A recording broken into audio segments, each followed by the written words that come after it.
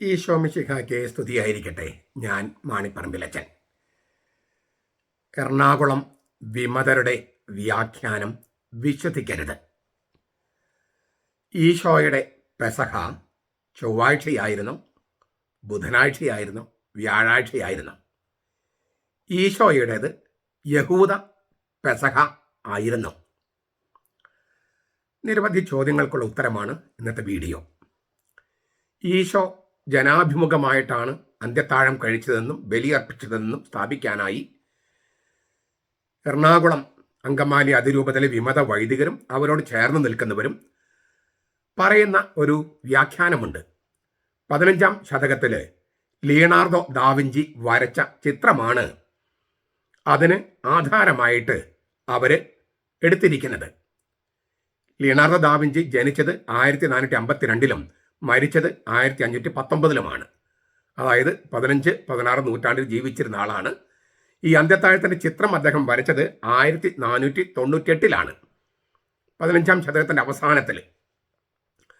ആ ചിത്രം ദാവിഞ്ചി വരച്ചിരിക്കുന്നത് പല പള്ളികളിലൊക്കെ നമ്മളത് വെച്ചിട്ടുണ്ട്. അന്ത്യത്താഴത്തിൻ്റെ ചിത്രം 15ാം നൂറ്റാണ്ടിൽ വരച്ച ആ ചിത്രമാണ് ചരിത്ര സത്യം എന്ന് കണക്കാക്കിയിട്ടാണ് ഇവർ വ്യാഖ്യാനം നൽകുന്നത്.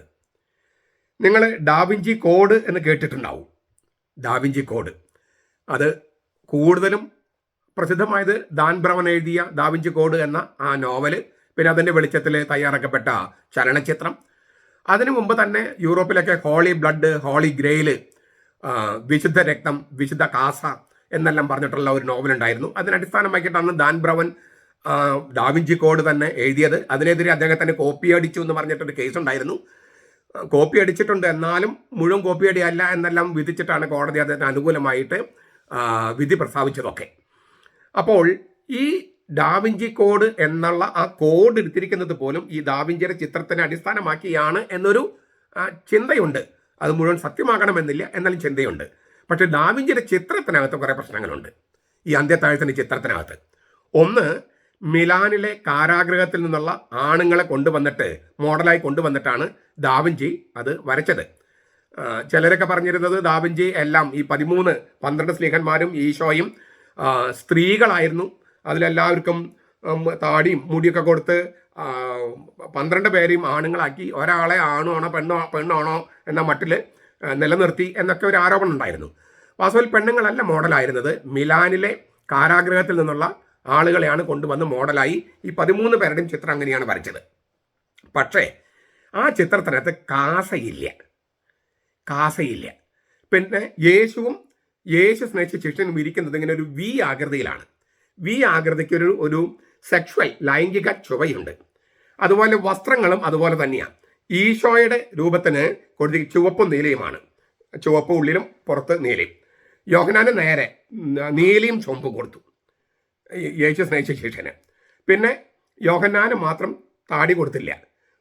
അദ്ദേഹത്തിൻ്റെ പല ചിത്രം, ഡാവിഞ്ചിയുടെ പല ചിത്രം നോക്കിയാൽ ആൻഡ്രോഗ്യൂണ എന്ന് പറയും. ആൻഡ്രോഗ്യൂണ എന്ന് പറയുന്നത് ഗ്രീക്ക് മിത്തോളജിയിലെ ഒരു ഫിഗറാണ്. അതായത് ആൻഡ്രോ എന്ന് പറഞ്ഞാൽ പുരുഷൻ, ഗ്യുണ എന്ന് പറഞ്ഞാൽ ഗൈനക്കോളജി, ഗ്യുണ എന്ന് പറഞ്ഞാൽ സ്ത്രീ, ആണും പെണ്ണുമല്ലാത്ത ഒരു ഫിഗർ. അത് ഡാവിഞ്ചിയുടെ പല ചിത്രങ്ങളിലും നമ്മൾ കണ്ടു കാണും. ഈ ആൻഡ്രോഗ്യൂണെ ആണും പെണ്ണും അല്ലാത്ത തരത്തിൽ, യോഹന്നാൻ ആണും പെണ്ണും അല്ലാത്ത തരത്തിൽ, ആണാണോ ചോദിച്ചാൽ ആണാണ്, പെണ്ണാണോ ചോദിച്ചാൽ പെണ്ണാണ്, ആ തരത്തിലാണ് അവതരിപ്പിച്ചിരിക്കുന്നത്. അതായത് യേശുവും യോഹന്നാനും സ്വവർഗഭോഗികളായിരുന്നു എന്നൊരു സൂചന നൽകാൻ വേണ്ടിയാണ് അങ്ങനെ ചെയ്തെന്ന് ഒരു പക്ഷം. അതേസമയം ഈ ഹോളി ബ്ലഡ്, ഹോളി ഗ്രെയില്, വിശുദ്ധ കാസ, വിശുദ്ധ രക്തം എന്നുള്ള നോവലിനകത്ത് അത് മറിയം മഗ്ദലനയാണ് ആണെന്നും മറിയം മഗ്ദലനയും യേശു തമ്മിൽ കല്യാണം കഴിച്ചിരുന്നെന്നും അവർക്ക് മക്കളുണ്ടായിരുന്നതും ഒക്കെ ഇതിൻ്റെ വെളിച്ചത്തിൽ അവതരിപ്പിച്ചിട്ടുണ്ട്. ചുരുക്കത്തിൽ ഈ ചിത്രം യേശുവിനെ അത്ര നന്നായിട്ട് അവതരിപ്പിച്ചിരിക്കുന്ന ഒരു ചിത്രമല്ല ഡാവിഞ്ചിയുടെ ചിത്രം. ഡാവിഞ്ചിയുടെ ചിത്രത്തിന് അടിസ്ഥാനമാക്കി ഉണ്ടാക്കിയിരുന്ന ഈ നോവലുകൾ മുഴുവൻ കർത്താവിനെ ആക്ഷേപിക്കാൻ വേണ്ടിയുള്ളതാണ്. ആ ഡാവിഞ്ചിയുടെ ചിത്രത്തെ അടിസ്ഥാനമാക്കിയിട്ടാണ് ജനാഭിമുഖ കുർബാനയിലെ വേണമെന്ന് ഈ എറണാകുളം വിമത വൈദികർ ആവശ്യപ്പെടുന്നത്.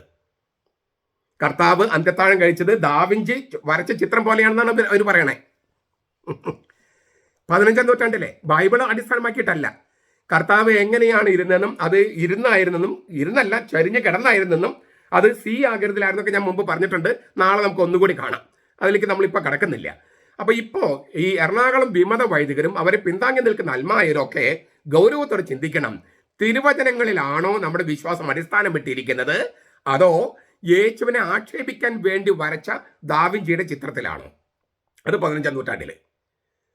നിങ്ങളുടെ വിശ്വാസം എന്തിലാണ് അടിസ്ഥാനം ഇട്ടിരിക്കുന്നത്? തിരുവചനത്തിലാണോ അതോ ദാവിഞ്ചിയുടെ ചിത്രത്തിലാണോ? അതും യേശുവിനെ മോശമായി ചിത്രീകരിച്ചിരിക്കുന്ന സ്വവർഗഭോഗിയായിട്ടോ അല്ലെങ്കിൽ കല്യാണം കഴിച്ച് പിള്ളേരുള്ളവനായിട്ടോ ഒക്കെ ചിത്രീകരിച്ചിരിക്കുന്ന അങ്ങനെയുള്ളൊരു ചിത്രത്തെ അടിസ്ഥാനമാക്കിയിട്ടാണോ നിങ്ങൾ ജനാഭിമുഖ കുർബാന വേണമെന്ന് വാദിക്കേണ്ടത്? വളരെ ഗൗരവത്തോടെ നിങ്ങൾ ചിന്തിക്കണം. ഇതുകൊണ്ടാണ് വിമത വൈദികരുടെ വ്യാഖ്യാനം നിങ്ങൾ വിശ്വസിക്കരുത് എന്ന് ഞാൻ പറഞ്ഞത്. എനിക്ക് വിമത വൈദികരുടെ വൈരാഗ്യം ഉണ്ടായിട്ടല്ല, എനിക്ക് അവരാരും അറിയില്ല. അവരെനിക്ക് നേരിട്ട് വ്യക്തിപരമായിട്ടൊരു ദ്രോഹം ചെയ്തിട്ടില്ലെന്ന് ഞാൻ വിചാരിക്കുന്നു. എൻ്റെ പുസ്തകങ്ങൾ വാങ്ങിക്കരുതെന്ന് പറഞ്ഞ് മടങ്ങളും കയറി ഇറക്കിയൊക്കെ അവർ പറഞ്ഞിട്ടുണ്ട്. അത് ഈ മാർക്സിസ്റ്റ് പാർട്ടിക്കാർ ചെയ്യില്ലേ? അവർക്കെതിരെ ആരെങ്കിലും പറഞ്ഞ ഉടനെ തന്നെ അവരുടെ ചിത്രം അയച്ചു കളയുകയോ ഇടുകയോ ഒക്കെ ചെയ്യും. ഇവരെ ഇല്ലേ, അവരുടെ പുസ്തകങ്ങൾ വാങ്ങിക്കരുത്. അത് വളരെ എന്താ പറയുക, വളരെ അപരിഷ്കൃതരായിട്ടുള്ള മനുഷ്യർ ചെയ്യുന്നതിനേക്കാളും മോശമായിട്ടുള്ള ഒരു വൈരാഗ്യ ചിന്തയാണ്. എൻ്റെ പുസ്തകങ്ങൾ വാങ്ങിക്കരുത്, എൻ്റെ പുസ്തകങ്ങൾ വായിക്കരുത്, അങ്ങനെ എത്രയോ പേര് ഉന്നത തലത്തിലിരിക്കുന്നവരും പഠിപ്പിക്കുന്നുണ്ട്. അതെല്ലാം തീർത്തും ബാലിശമായ വൈരാഗ്യ ചിന്തയാണ്. പക്ഷെ ഞാൻ അവരോട് ഇതുവരെ ചെയ്തിട്ടില്ല. അങ്ങനെ ചെയ്യുകയുമില്ല. തേലക്കാട്ടത്തിൻ്റെ പുസ്തകം മറ്റാരും പബ്ലിഷ് ചെയ്യാണ്ടിരുന്നപ്പോൾ പബ്ലിഷ് ചെയ്തവനാണ് ഞാൻ. കേരള ഭാഷാ ഇൻസ്റ്റിറ്റ്യൂട്ട് ആദ്യം എടുത്തിട്ട് അവർ പറ്റില്ല എന്ന് പറഞ്ഞു. പിന്നെ സാഹിത്യ അക്കാദമി എടുത്ത് പറ്റില്ല എന്ന് പറഞ്ഞു. എന്നിട്ടാണ് അന്നത്തെ തിരക്കഥാകൃത്തായിരുന്ന ജോൺ പോളും തേലക്കാട്ടത്തിനും ഞാനും കൂടിയുള്ള മീറ്റിങ്ങിൽ ഞാനത് പ്രസിദ്ധപ്പെടുത്താനായിട്ട് ജോൺ പോള് അദ്ദേഹം മാൻപ്രമിച്ച ചെയ്യുമെന്ന് എന്നോട് ചോദിക്കാതെ തന്നെ പറയുമായിരുന്നു. അങ്ങനെ ഒരു അടുപ്പമുണ്ടായിരുന്നത് കൊണ്ടാണ്. അപ്പോൾ എനിക്കൊരു വൈരാഗ്യം ഉണ്ടായിരുന്നെങ്കിൽ, ശത്രുത ഉണ്ടായിരുന്നു, ഞാൻ ഇങ്ങനെയൊക്കെ ചെയ്യുമായിരുന്നോ? അപ്പോൾ എന്നെ കൊണ്ട് കഴിയാവുന്ന എല്ലാ സഹായം ഞാൻ ചെയ്തിട്ടുണ്ട്. ശത്രുതയുള്ളത് കൊണ്ടോ വൈരാഗ്യമുള്ളത് കൊണ്ടല്ല ഞാൻ ഈ പറയുന്നത്.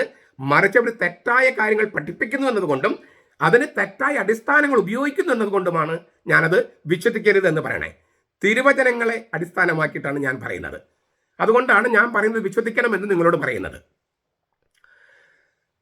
പിന്നെ മറ്റൊരു വാദഗതി അവർ പറയുന്നത് ഈശോ യഹൂദ പെസഹയാണ് ആസ്വദിച്ചതെന്നും അതിനാൽ പുളിപ്പില്ലാത്ത അപ്പമാണ് ഉപയോഗിച്ചതെന്നും പൗരസ്ത്യ സുറിയാനി സഭയായ സീറോ മലബാർ പറയുന്നത് പോലെ മൽക്ക എന്ന് വിളിക്കപ്പെടുന്ന, മൽക്ക വെച്ചാൽ രാജാവ് എന്നർത്ഥം, അത് വിളിക്കപ്പെടുന്ന പുളിപ്പുള്ള അപ്പമല്ല ഉപയോഗിക്കേണ്ടതെന്നും ഈ വിമത വൈദികർ പഠിപ്പിക്കുന്നു. ഇതും തെറ്റാണ്, തീർത്തും തെറ്റാണ്, വിശ്വസിക്കരുത്. ഞാൻ ഇന്നത് ഈ വീഡിയോയിൽ പറയാൻ ആഗ്രഹിക്കുന്ന കാര്യം അതാണ്. തിരുവചനങ്ങളിൽ അടിസ്ഥാനമിട്ട് ഞാൻ പറയുന്ന കാര്യം. തിരുവചനങ്ങൾ അടിസ്ഥാനമില്ലെങ്കിൽ നിങ്ങൾ എന്നെ വിശ്വസിക്കണ്ട. ഞാനും അവർ പറയുന്ന പോലെ തെറ്റാണ് പഠിപ്പിക്കുന്നത് നിങ്ങൾക്ക് നിഗമനത്തിലെത്താം. ഞാൻ തിരുവചനങ്ങൾ അടിസ്ഥാനമിട്ടല്ല പറയുന്നതെങ്കിൽ. വാസ്തവത്തിൽ ഞാൻ ഈ വീഡിയോയിൽ അവസാനത്തിൽ നിങ്ങൾ കേൾക്കാനിരിക്കുന്നത് ഇതാണ്. പുളിപ്പില്ലാത്ത അപ്പം ക്രിസ്തുവിൻ്റെ ശിഷ്യന്മാരാണ്. പുളിപ്പില്ലാത്ത അപ്പം, പുളിപ്പുള്ള അപ്പം മൽക്ക ക്രിസ്തുവാണ്. ഇക്കാര്യവും തിരുവചനങ്ങൾ അടിസ്ഥാനത്തിൽ സ്ഥാപിക്കാൻ ഈ വീഡിയോയിൽ ഉദ്ദേശിക്കുകയാണ്. യേശുവിൻ്റെ അന്ത്യത്താഴത്തിൽ ഇരിപ്പിട രീതി, പാദക്ഷാളനം, അതിൻ്റെ വിവിധ പൊരുളുകൾ, സ്ലീഹന്മാരെ പുരോഹിതന്മാരെ വാഴിക്കൽ, വിശുദ്ധ കുർബാനയുടെ സ്ഥാപനം, ഈ വക കാര്യങ്ങളൊക്കെ നമുക്ക് നാളെ കേൾക്കാം. ഇന്ന് നമ്മൾ ചിന്തിക്കുന്നത് ഈശോ യഹൂദ പെസഹയാണോ ആസ്വദിച്ചത്. ഇന്ന് നമ്മൾ ചർച്ച ചെയ്യുന്നതാണ്, ഈശോ യഹൂദ പെസഹയാണോ ആസ്വദിച്ചത്. യഹൂദ പെസഹയാണെങ്കിൽ പുളിപ്പില്ലാത്ത അപ്പമാണ്. യഹൂദ പെസഹയല്ലെങ്കിൽ അത് പുളിപ്പില്ലാത്ത അപ്പമാകണ്ട. അപ്പോൾ നമുക്ക് നോക്കാം. പിന്നെ ഒരു കാര്യം കൂടിയുണ്ട്. ചൊവ്വാഴ്ചയാണ് ഈ അന്ത്യത്താഴമായിരുന്നെന്ന് ചിലർ പറയുന്നു. ചിലർ പറഞ്ഞ് ബുധനാഴ്ചയാണ്, ചിലർ പറഞ്ഞ് വ്യാഴാഴ്ചയാണ്. അപ്പം നമുക്കിതിൻ്റെ വിശുദ്ധ വാരത്തിലെ ആദ്യം ആ സമയ പട്ടിക, എന്തൊക്കെ സംഭവങ്ങൾ സംഭവിച്ചതെന്ന് ആ സമയ ക്രമത്തിൽ തന്നെ അതൊന്ന് നമുക്ക് ആദ്യം കാണാം. എന്നിട്ട് നമുക്കിതിൻ്റെ വിശദാംശങ്ങളിലേക്ക് കടക്കാം. ആദ്യമേ ഞാൻ കഴിഞ്ഞ ആഴ്ചയിൽ പറഞ്ഞ കാര്യം ഒന്ന് ആവർത്തിക്കട്ടെ. ക്രിസ്തു മരിച്ച വർഷം എന്ന് പറയുന്നത് AD 33 AD 33. ആ വർഷം സംഭവിച്ചതുപോലെ തന്നെ, അതായത് AD 33 ഏപ്രിൽ 5 ആയിരുന്നു തിരുവുത്ഥാന ഞായർ. നിങ്ങൾ ഗൂഗിളൊക്കെ എടുത്ത് നോക്കി കഴിഞ്ഞാൽ പെട്ടെന്ന് കിട്ടും, അല്ലെങ്കിൽ AI ടൂറിനോട് ചോദിച്ചാൽ കിട്ടും. AD 33 ഏപ്രിൽ 5 അത് ഉയർപ്പ് ഞായർ. അപ്പോൾ അതിൽ നിന്ന് പുറകോട്ട് നമ്മൾ ഒരാഴ്ച വരുമ്പോൾ മാർച്ച് 29 ഓശാന ഞായർ. AD 33 മാർച്ച് 29 ഓശാന ഞായർ. തീർച്ചയായിട്ടും ഇന്നത്തെ ഗ്രിഗോറിയൻ കലണ്ടർ അന്ന് ഇല്ല. അന്ന് കർത്താവിൻ്റെ കാലത്തുണ്ടായിരുന്ന AUC എന്ന് പറഞ്ഞാൽ ആ ബൂർബെ കൊന്തീത്ത എന്ന് പറയുന്ന, ആ ബൂർബെ കൊന്തീത്ത എന്ന് പറഞ്ഞാൽ from the foundation of the city of Rome, Roma നഗരത്തിൻ്റെ സ്ഥാപനം, അങ്ങനെയാണ്. അത് ക്രിസ്തു വർഷം AD 525 ഡയനീസിയോസ് എക്സിഗൂസ് എന്ന് പറഞ്ഞ ഒരു സന്യാസി, റോമായിലുള്ള ഒരു സന്യാസി ഈ AUCയെ ഡിവൈഡ് ചെയ്തു. ഈശോ ജനിച്ച വർഷം നിശ്ചയിക്കുകയായിരുന്നു അദ്ദേഹത്തിൻ്റെ ലക്ഷ്യം. BC എന്നുള്ള വാക്ക് പിന്നീട് ഇംഗ്ലണ്ടിലെ ബീഡാണ് കുറച്ചുകൂടി പോപ്പുലറൈസ് ചെയ്തത്. BC. AD കർത്താവ് ജനിച്ചത് എന്ന് നിശ്ചയിക്കലായിരുന്നു ഈ സന്യാസി എക്സിഗ്യൂസ് എന്ന സന്യാസിയുടെ തീരുമാനം. അദ്ദേഹമാണ് ഈ ബുർബെ കൊന്തീത്ത എന്നുള്ളത് BC ആയിട്ടും AD ആയിട്ടും വേർതിരിച്ചത്. അപ്പോൾ അതെല്ലാം കണക്ക് കൂട്ടിയിട്ടുള്ള ഒരു ഡേറ്റ് നമ്മൾ നോക്കുമ്പോൾ AD 33 ഏപ്രിൽ 5-ാം തീയതിയാണ് കർത്താവ് ഈശോ മിശിഹ മരിച്ചവരിൽ നിന്നും ഉയർത്തെഴുന്നേറ്റത്. ഏപ്രിൽ 3 വെള്ളിയാഴ്ചയാണ് കർത്താവ് മരിച്ചത്. അപ്പോൾ അത് പുറകോട്ട് വരുമ്പോൾ മാർച്ച് 29 ഓശാന ഞായർ. ഇക്കൊല്ലം മാർച്ച് 29 ഓശാന ഞായറായിരുന്നത്. അപ്പോൾ ഓശാന ഞായറാഴ്ച യേശു ജെറൂസലേമിലേക്ക് രാജകീയ പ്രവേശനം നടത്തി. അത് സക്കറിയ പ്രവാചകന്റെ 9:9 നിറവേറ്റാൻ വേണ്ടിയായിരുന്നു. അതൊക്കെ പഴയ നിയമത്തിൽ ഏതാണ്? പഴയ നിയമം വേണ്ട എന്ന് പെന്തക്കോസ്തക്കാരും യഹോവ സാക്ഷികളൊക്കെ ചിലപ്പോൾ പറയും. എന്നാൽ വിഗ്രഹാരാധന കാര്യം വരുമ്പോൾ പഴയ നിയമം വേണമെന്ന് പറയും. ഇങ്ങനെ ഇരട്ടത്താപ്പൊന്നും കത്തോലിക്ക സഭയ്ക്ക് സാധിക്കില്ല. അത് എറണാകുളത്ത് വിമത വൈദികരും പാലിക്കരുത്. ഇരട്ടത്താപ്പ് നമ്മൾ ഉപയോഗിക്കരുത്. നമുക്ക് അനുകൂലമായി വരുമ്പോൾ അങ്ങോട്ട് വ്യാഖ്യാനിക്കാനും പ്രതികൂലം വരുമ്പോൾ മറിച്ച് വ്യാഖ്യാനിക്കാനും അതൊന്നും ചെയ്യരുത്. സത്യസന്ധമായിരിക്കണം നമ്മുടെ വചന വ്യാഖ്യാനം. അപ്പോൾ മാർച്ച് 29 ഓശാന ഞായർ രാജകീയ പ്രവേശനം, സക്കറിയ 9:9 എന്നുള്ള പ്രവചനം പൂർത്തീകരിക്കുകയാണ്. പഴയ നിയമം പൂർത്തീകരിക്കാനാണ് ഈശോ വന്നത്, റദ്ദാക്കാനല്ല. AD 33 മാർച്ച് 30 തിങ്കള്, വിശുദ്ധ തിങ്കള്. അന്നാണ് അത്തിമരത്തെ ശപിച്ചു, ദേവാലയം ശുദ്ധീകരിച്ചു, അത്തിമരം ഉണങ്ങിപ്പോയി. അതാണ് തിങ്കളാഴ്ച നടക്കുന്നത്. ഈ ഞായറാഴ്ച ഓശാന ഞായറാഴ്ച കർത്താവ് ജെറുസലേം ദേവാലയത്തിൽ പ്രവേശിച്ച് കഴിഞ്ഞിട്ട് തിരിച്ച് ബഥാനിയയിൽ പോയി താമസിച്ചു. ഒരാഴ്ച മുഴുവൻ ബഥാനിയയിൽ ലാസറിന്റെ വീട്ടിൽ, മർത്തായുടെയും മറിയത്തിന്റെയും വീട്ടിലാണ് കർത്താവ് താമസിച്ചത്. വ്യാഴാഴ്ച വരെയുള്ള സമയത്തോ അല്ലെങ്കിൽ ബുധനാഴ്ച വരെ. വ്യാഴാഴ്ച അന്ത്യത്താഴം നടക്കുന്നത് സബദിയുടെ വീട്ടിൽ വെച്ചിട്ടാണ്. സബദിയുടെ വീട്ടിൽ വെച്ചിട്ട്. സബദിക്ക് ഗലീലയിൽ ഒരു വീടുണ്ടായിരുന്നു, യെറൂസലേമിൽ ഒരു വീടുണ്ടായിരുന്നു. അവിടെ വെച്ചിട്ടാണ് അന്ത്യത്താഴമൊക്കെ നടക്കുന്നത്. അപ്പോൾ അതുവരെയുള്ള ബുധനാഴ്ച വരെയുള്ള ദിവസങ്ങളിൽ കർത്താവ് താമസിച്ചത് ബഥാനിയയിലെ ലാസറിന്റെയും മർത്തായുടെയും മറിയത്തിന്റെയും വീട്ടിലാണ്. AD 33 മാർച്ച് 31 ചൊവ്വ. മാർച്ച് 31 ചൊവ്വ. ഇപ്പോഴും ഈ കൊല്ലവും മാർച്ച് 31 ചൊവ്വയാണ്. അന്ന് ദേവാലയത്തിൽ വെച്ചുള്ള സംഘർഷങ്ങൾ, ഈ മത നേതാക്കളുമായിട്ടുള്ള കർത്താവിൻ്റെ ഏറ്റുമുട്ടലുകൾ. AD 33 ഏപ്രിൽ 1 ബുധൻ, വിശുദ്ധ ബുധൻ എന്നറിയപ്പെടുന്നത്. മറിയത്തിൻ്റെ തൈലാഭിഷേകം. യൂദാസ് അതിനെ എതിർക്കുന്നു. ഈശോ മറിയത്തെ ന്യായവൽക്കരിക്കുന്നു. എൻ്റെ ശവസംസ്കാരത്തിനുള്ള ഒരുക്കമാണ് അവിടെ ചെയ്തതെന്ന് പറഞ്ഞ് ന്യായീകരിക്കുന്നു. യൂദാസ് ഇതെല്ലാം വേസ്റ്റ് ആണെന്ന് പറഞ്ഞത് ദരിദ്രമുള്ള സ്നേഹം കൊണ്ടല്ലെന്നും അത് പണത്തോടുള്ള അത്യാർത്ഥി കൊണ്ടാണെന്നും യോഹന്നാൻ വ്യാഖ്യാനിച്ചിട്ടുണ്ട്. ഇന്നും അങ്ങനെ തന്നെയാണ്. ഈ ദരിദ്രമുള്ള സ്നേഹം കൊണ്ടല്ല പലരും വേസ്റ്റാണ് കർത്താവിന് വേണ്ടി ചെലവിടുന്നതും പള്ളിക്ക് വേണ്ടി ചെലവിടുന്നതും പള്ളി പണിയുന്നതും ഒക്കെ വേസ്റ്റാണെന്ന് പറയുന്നതിന് കാരണം അവർക്ക് ദരിദ്രരുടെ പരിഗണനയുള്ളത് കൊണ്ടല്ല, അവർ കള്ളന്മാരായതുകൊണ്ടും പണം കക്കുന്നത് കൊണ്ടുമാണ്. ദരിദ്രരോട് സ്നേഹമുള്ളവർക്ക് ദൈവത്തോടും സ്നേഹം ഉണ്ടാവും. ദൈവത്തിന് വേണ്ടി പണം ചെലവഴിക്കാനും ദരിദ്രർക്ക് പണം ചെലവഴിക്കാനും രണ്ടിനും ദൈവസ്നേഹവും പരസ്പരവും ഒരുമിച്ചുള്ളവരാണ് ശരിക്കുള്ളവർ. അല്ലാത്തവരെ കള്ളന്മാരാ. പള്ളിക്ക് മാത്രം പണം കൊടുക്കുകയും ദരിദ്രരെ സഹായിക്കില്ല എന്നുള്ളവരും കള്ളന്മാരാണ്. ദരിദ്രരെ മാത്രം സഹായിക്കുക, ദൈവത്തിനും വേണ്ട ദൈവാലയത്തിനും വേണ്ടെന്ന് പറയാൻ അവരും കള്ളന്മാരാണ്. ദൈവസ്നേഹവും പരസ്നേഹവും ഒരുമിച്ച് കൊണ്ടുപോകാൻ പറ്റും. അപ്പോഴാണ് നമ്മൾ നല്ലവരാകാനുള്ള ശ്രമമെങ്കിലും നടത്തുക. AD 33 ഏപ്രിൽ 2 വ്യാഴം, പെസക വ്യാഴം വിളിക്കുന്നത്. സ്ലീഹന്മാരെ പുരോഹിതന്മാരെ വാഴിക്കുന്നു, വിശുദ്ധ കുർബാന സ്ഥാപിക്കുന്നു, ഗെത്സമേനയിൽ പ്രാർത്ഥിക്കുന്നു, അറസ്റ്റ് നടക്കുന്നു, അന്നാസിന് മുമ്പിൽ കൊണ്ടുപോകുന്നു, പിന്നെ കയ്യഫാസിന് മുമ്പിൽ കൊണ്ടുപോകുന്നു, സാർഗത്യ സംഘത്തിന് മുമ്പാകെ വെച്ച് യഹൂദ വിചാരണ. ഇതെല്ലാം ഏപ്രിൽ 2 വ്യാഴാഴ്ച രാത്രി. AD 33 ഏപ്രിൽ 3-ാം തീയതി വെള്ളിയാഴ്ച, ദുഃഖവെള്ളി. നീസാൻ മാസം 14-ാം തീയതി വെള്ളി, പെസക തിരുനാളിന് ഒരുക്കങ്ങൾ ചെയ്യുന്ന ദിവസം. അന്ന് രാവിലെ പീലാത്തോസിന് മുമ്പിൽ യേശുവിനെ ഹാജരാക്കുന്നു. ആദ്യത്തെ വിചാരണ, പിന്നെ ഹെറോദസിന് മുമ്പിലേക്ക് അയക്കുന്നു, വീണ്ടും പീലാത്തോസിന് മുമ്പിൽ കൊണ്ടുവരുന്നു. വിസ്താരം, വിചാരണ, വിധി പ്രസ്താവം. രാവിലെ 9 മണിക്ക് ഗാബുൽ തായിലെ കർത്താവിന് കുരിശിലേറ്റുന്നു. വൈകിട്ട് 3 മണിക്ക് കർത്താവ് മരിക്കുന്നു. അതായത് 6 മണിക്കൂർ കുരിശിൽ കിടന്ന്. അന്ന് ചന്ദ്രഗ്രഹണം ഉണ്ടായ ദിവസമായിരുന്നു. 5 മണിക്ക് കള്ളന്മാരുടെ കാല് തകർക്കുന്നു, ഈശോയെ സംസ്കരിക്കുന്നു. 6 മണി ആകുമ്പോഴേക്കും എല്ലാം തീർന്നു. അരിമത്യക്കാരൻ ജോസഫ്, നിക്കോദമസ്, ഈശോയുടെ അമ്മയായ മറിയം, കുറെ സ്ത്രീകൾ, മഗ്ദല മറിയം അടക്കം ഉള്ള സ്ത്രീകൾ, പിന്നെ യോഹന്നാൻ, ഇവരൊക്കെ ഈശോയുടെ മരണത്തിനും അടക്കലിനും സാക്ഷികളാണ്. എന്നിട്ടും കുറേ വർഷങ്ങൾ കഴിഞ്ഞ് മുഹമ്മദ് പറഞ്ഞു ഈശോ മരിച്ചില്ല. ഇത്രയും സാക്ഷികളും ഡോക്യുമെന്റ്സും ഉണ്ടായിട്ട് ഈ നുണ പറയുന്നവർക്ക് രേഖകൾ വേണ്ട, നുണങ്ങ് പറഞ്ഞാൽ മതി. അത് വേദപുസ്തകം എഴുതി വെച്ചിട്ട് ഇതാണ് വേദപുസ്തകം എന്ന് പറഞ്ഞ് പ്രചരിപ്പിച്ചാൽ ഒരു നുണ വിശ്വസിക്കാൻ ലക്ഷക്കണക്കിനും ആയിരക്കണക്കിനും കോടിക്കണക്കിന് ആളുകളുണ്ടാവും. ഇതെല്ലാ കാലത്തും നടക്കുന്നതാണ്. നമ്മുടെ ഈ ഇലക്ഷനൊക്കെ വരുമ്പോൾ നുണകൾ പറഞ്ഞിട്ടല്ലേ വിജയിക്കുന്നത് പലരും. മിക്കവരും വിജയിക്കുന്നത് നുണകൾ പറഞ്ഞിട്ടാണ്. ആ നുണകളെ വിശ്വസിക്കാനായിട്ട് നമ്മൾ ആളുകളുണ്ട് താനും. സത്യം അന്വേഷിക്കാനൊന്നും ആളുകൾ കാര്യമായിട്ട് തയ്യാറാകില്ല. സത്യം പ്രയാസമാണ്. ഏപ്രിൽ മാസം 33 ഏപ്രിൽ മാസം 4-ാം തീയതി ശനിയാഴ്ച യേശു മരിച്ചവരുടെ താവളമായി പാതാളത്തിൽ. 33 മാർച്ച് 5 ഞായർ യേശു മരിച്ചവരിൽ നിന്ന് ഉയർത്തെഴുന്നേറ്റതായി സ്ത്രീകൾ, മഗ്ദലമറിയോടൊപ്പമുള്ള സ്ത്രീകൾ, പത്രോസ്, യോഹന്നാൻ, മറ്റു സ്ലീഹന്മാരൊക്കെ തിരിച്ചറിയുന്നു. പിന്നെ 12 ഔദ്യോഗിക പ്രത്യക്ഷപ്പെടലുകൾ 40 ദിവസത്തിനുള്ളിൽ.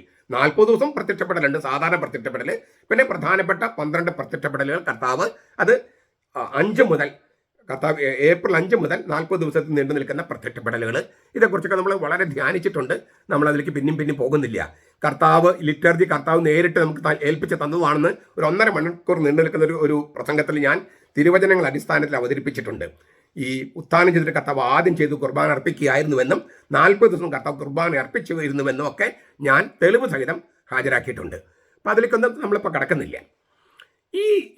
ഞാൻ പറഞ്ഞ സമയപ്പട്ടിക കാണുമ്പോൾ, അതുപോലെ സുവിശേഷകൻ മനസ്സിരുത്തി വായിക്കുമ്പോൾ 2 പ്രധാനപ്പെട്ട പ്രശ്നങ്ങൾ നമ്മുടെ മനസ്സിലേക്ക് വരും. 2 പ്രധാനപ്പെട്ട പ്രശ്നങ്ങൾ. ആ 2 പ്രധാനപ്പെട്ട പ്രശ്നങ്ങൾ വരുമ്പോൾ ചില കാര്യങ്ങൾ ഓർത്തിരുന്നാൽ ചില സംശയങ്ങൾ പെട്ടെന്ന് തന്നെ നമുക്ക് തിരുത്താനും പറ്റും. അതുകൊണ്ട് 2 കാര്യങ്ങൾ ഓർത്തിരിക്കേണ്ടത്. ഒന്ന്, ഈ പ്രത്തോറിയം എന്ന് പറഞ്ഞ പീലാത്തോസ് കേസറിയ മാരിത്തീം എന്ന് പറഞ്ഞ സ്ഥലത്താണ് സാധാരണ റോമൻ ഗവർണർ താമസിക്കുക.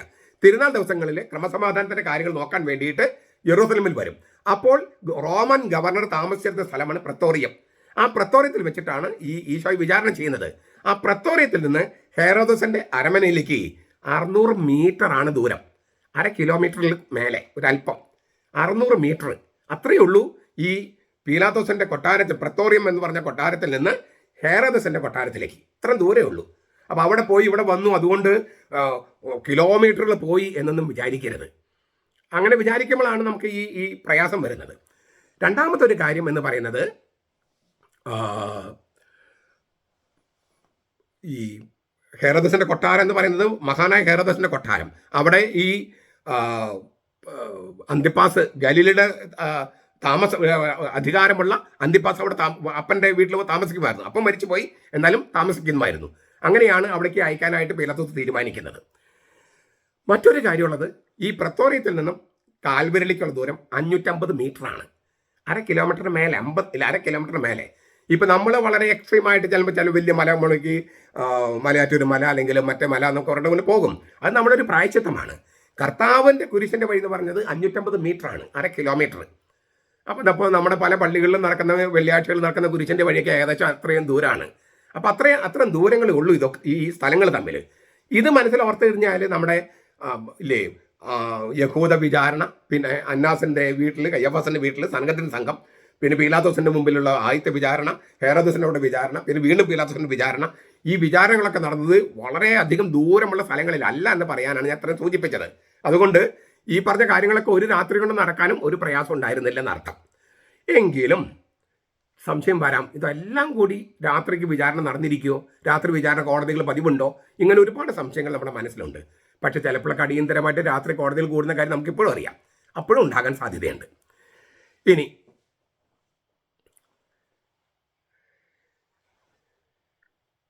ഇങ്ങനെയുള്ള ഒരു പ്രശ്നമുള്ളതുകൊണ്ട്, ഇത്രയും വിചാരണകൾ ഉള്ളത് കൊണ്ടും, ഇങ്ങനെ അന്നാസിന് മുമ്പിൽ, കയ്യാഫാസിന് മുമ്പിൽ, പീലാത്തോസിന് മുമ്പിൽ, ഹെറോദസിന് മുമ്പിൽ, വീണ്ടും പീലാത്തോസിന് മുമ്പിൽ, ഇതെല്ലാം ഈ രാത്രി അറസ്റ്റ് ചെയ്ത് രാവിലെ 9 മണിക്ക് മുമ്പ് തീർക്കാൻ പറ്റുമായിരുന്നോ? പറ്റില്ല എന്ന് വിചാരിക്കുന്ന ചില ആളുകൾ പറയുന്നത് ചൊവ്വാഴ്ചയായിരുന്നു അറസ്റ്റ് എന്നാണ്. കർത്താവിൻ്റെ അറസ്റ്റ് ചൊവ്വാഴ്ചയായിരുന്നു. ചൊവ്വാഴ്ചയാണ് പെസഹ ഭക്ഷിക്കാനാണ്. നമ്മളതിൻ്റെ വിശദാംശത്തിൽ കടക്കാൻ പോകുകയാണ്. ഇതാണ് ഈ സംശയം ഉണ്ടാകാനുള്ള ഒരു കാരണം. ഇനി പ്രധാനപ്പെട്ട സംശയം അതല്ല. ഒരു സംശയമാണ് ഇപ്പോൾ ഞാൻ പറഞ്ഞത്. മറ്റൊരു സംശയം എന്ന് പറയുന്നത്, സമാന്തര സുവിശേഷങ്ങൾ പറയുന്നത് യേശു മരിച്ചത് പെസഹ തിരുനാളിൽ എന്നാണ്. നീസാൻ മാസം 15-ാം തീയതി. നീസാൻ മാസം 15-ാം തീയതി പെസഹ തിരുനാൾ ദിവസം മരിച്ചുവെന്നാണ് സമാന്തര സുവിശേഷങ്ങൾ, മത്തായി, മർക്കോസ്, ലൂക്കായാണ് ഈ സമാന്തര സുവിശേഷങ്ങൾ പറയണേ. അവർ പറയുന്നത് തലേ ദിവസം യഹൂദ പെസഹ യേശു ആസ്വദിച്ചുവെന്നുള്ള സൂചനയും ഈ സമാന്തര സുവിശേഷങ്ങളിലുണ്ട്. എന്നാൽ യോഹന്നാൻ പറയുന്നത്, യോഹന്നാന്റെ സുവിശേഷത്തിൽ പെസഹ തിരുനാളിൻ്റെ തലേ ദിവസം 3 മണിക്ക്, പെസഹ തിരുനാൾ പിറ്റേ ദിവസം നീസാൻ മാസം 14-ാം തീയതി 3 മണിക്ക് യേശു മരിച്ചു എന്നാണ്. അതായത് പെസക തിരുനാളിനുള്ള പിറ്റേ ദിവസം ആഘോഷിക്കാനുള്ള പെസക തിരുനാൾ ആഘോഷിക്കുന്നത് വൈകിട്ട് 6 മണി മുതലാണ്. അതിനു മുമ്പ് 3 മണിക്ക് മഹാപുരോഹിതൻ ഒരു കുഞ്ഞാടിൻ ദേവാലയത്തിൽ അറക്കും. പെസക തിരുനാളിലെ കുഞ്ഞാടിനെ അറക്കും. അത് തലേ ദിവസം 3 മണിക്കാണ്. ആ 3 മണിക്ക് കർത്താവ് കുരിശിൽ മരിച്ചു. നമ്മുടെ പെസക കുഞ്ഞാട് അറക്കപ്പെട്ടിരിക്കുന്നെന്ന് പൗലോസ് പറയുന്നു. അപ്പോൾ പെസക കുഞ്ഞാടിനെ അറക്കുന്ന തിരുനാൾ ദിവസത്തിന്റെ തലേ ദിവസം 3 മണിക്ക്, പെസക തിരുനാളിന്റെ തലേ ദിവസം 3 മണിക്ക് പെസക കുഞ്ഞാടിനെ അറക്കുന്ന ദിവസം, അറുത്തിട്ടുമാണല്ലോ തിരുനാൾ ആഘോഷം തുടങ്ങാനായിട്ട്, ആ 3 മണിക്ക് കർത്താവ് കൊല്ലപ്പെട്ടു. നമ്മുടെ പെസക കുഞ്ഞാട് അറക്കപ്പെട്ടിരിക്കുന്നെന്ന് പൗലോസ് പറയുന്നത് പോലെ അതാണ് യോഹന്നാൻ പറയുന്നത്. തിരുനാളിന് തലേ ദിവസം നീസാൻ മാസം 14 കർത്താവ് മരിച്ചു. അപ്പോൾ കുഞ്ഞാടിനെ കൊല്ലുന്ന സമയത്ത് കർത്താവ് മരിച്ചു. പെസക തുടങ്ങിയിട്ടില്ല, തുടങ്ങാൻ പോണേ ഉള്ളൂ. അപ്പോൾ യേശു കഴിച്ചത് പെസക ഭക്ഷണമാണോ? അല്ല. അപ്പോൾ ഇതൊരു വലിയ പ്രശ്നമാണ്. മത്തായി, മർക്കോസ്, ലൂക്ക പറയുന്നു യേശു മരിച്ചത് തിരുനാൾ ദിവസമാണ്, തലേ ദിവസം കഴിച്ചത് യഹൂദരുടെ പെസക ഭക്ഷണമാണ്. യോഹന്നാൻ പറയുന്നു അല്ല, 14-ാം തീയതി കുഞ്ഞാടുകൾ കൊല്ലുന്ന നേരത്തെ കർത്താവ് കൊല്ലപ്പെട്ട് കഴിഞ്ഞു.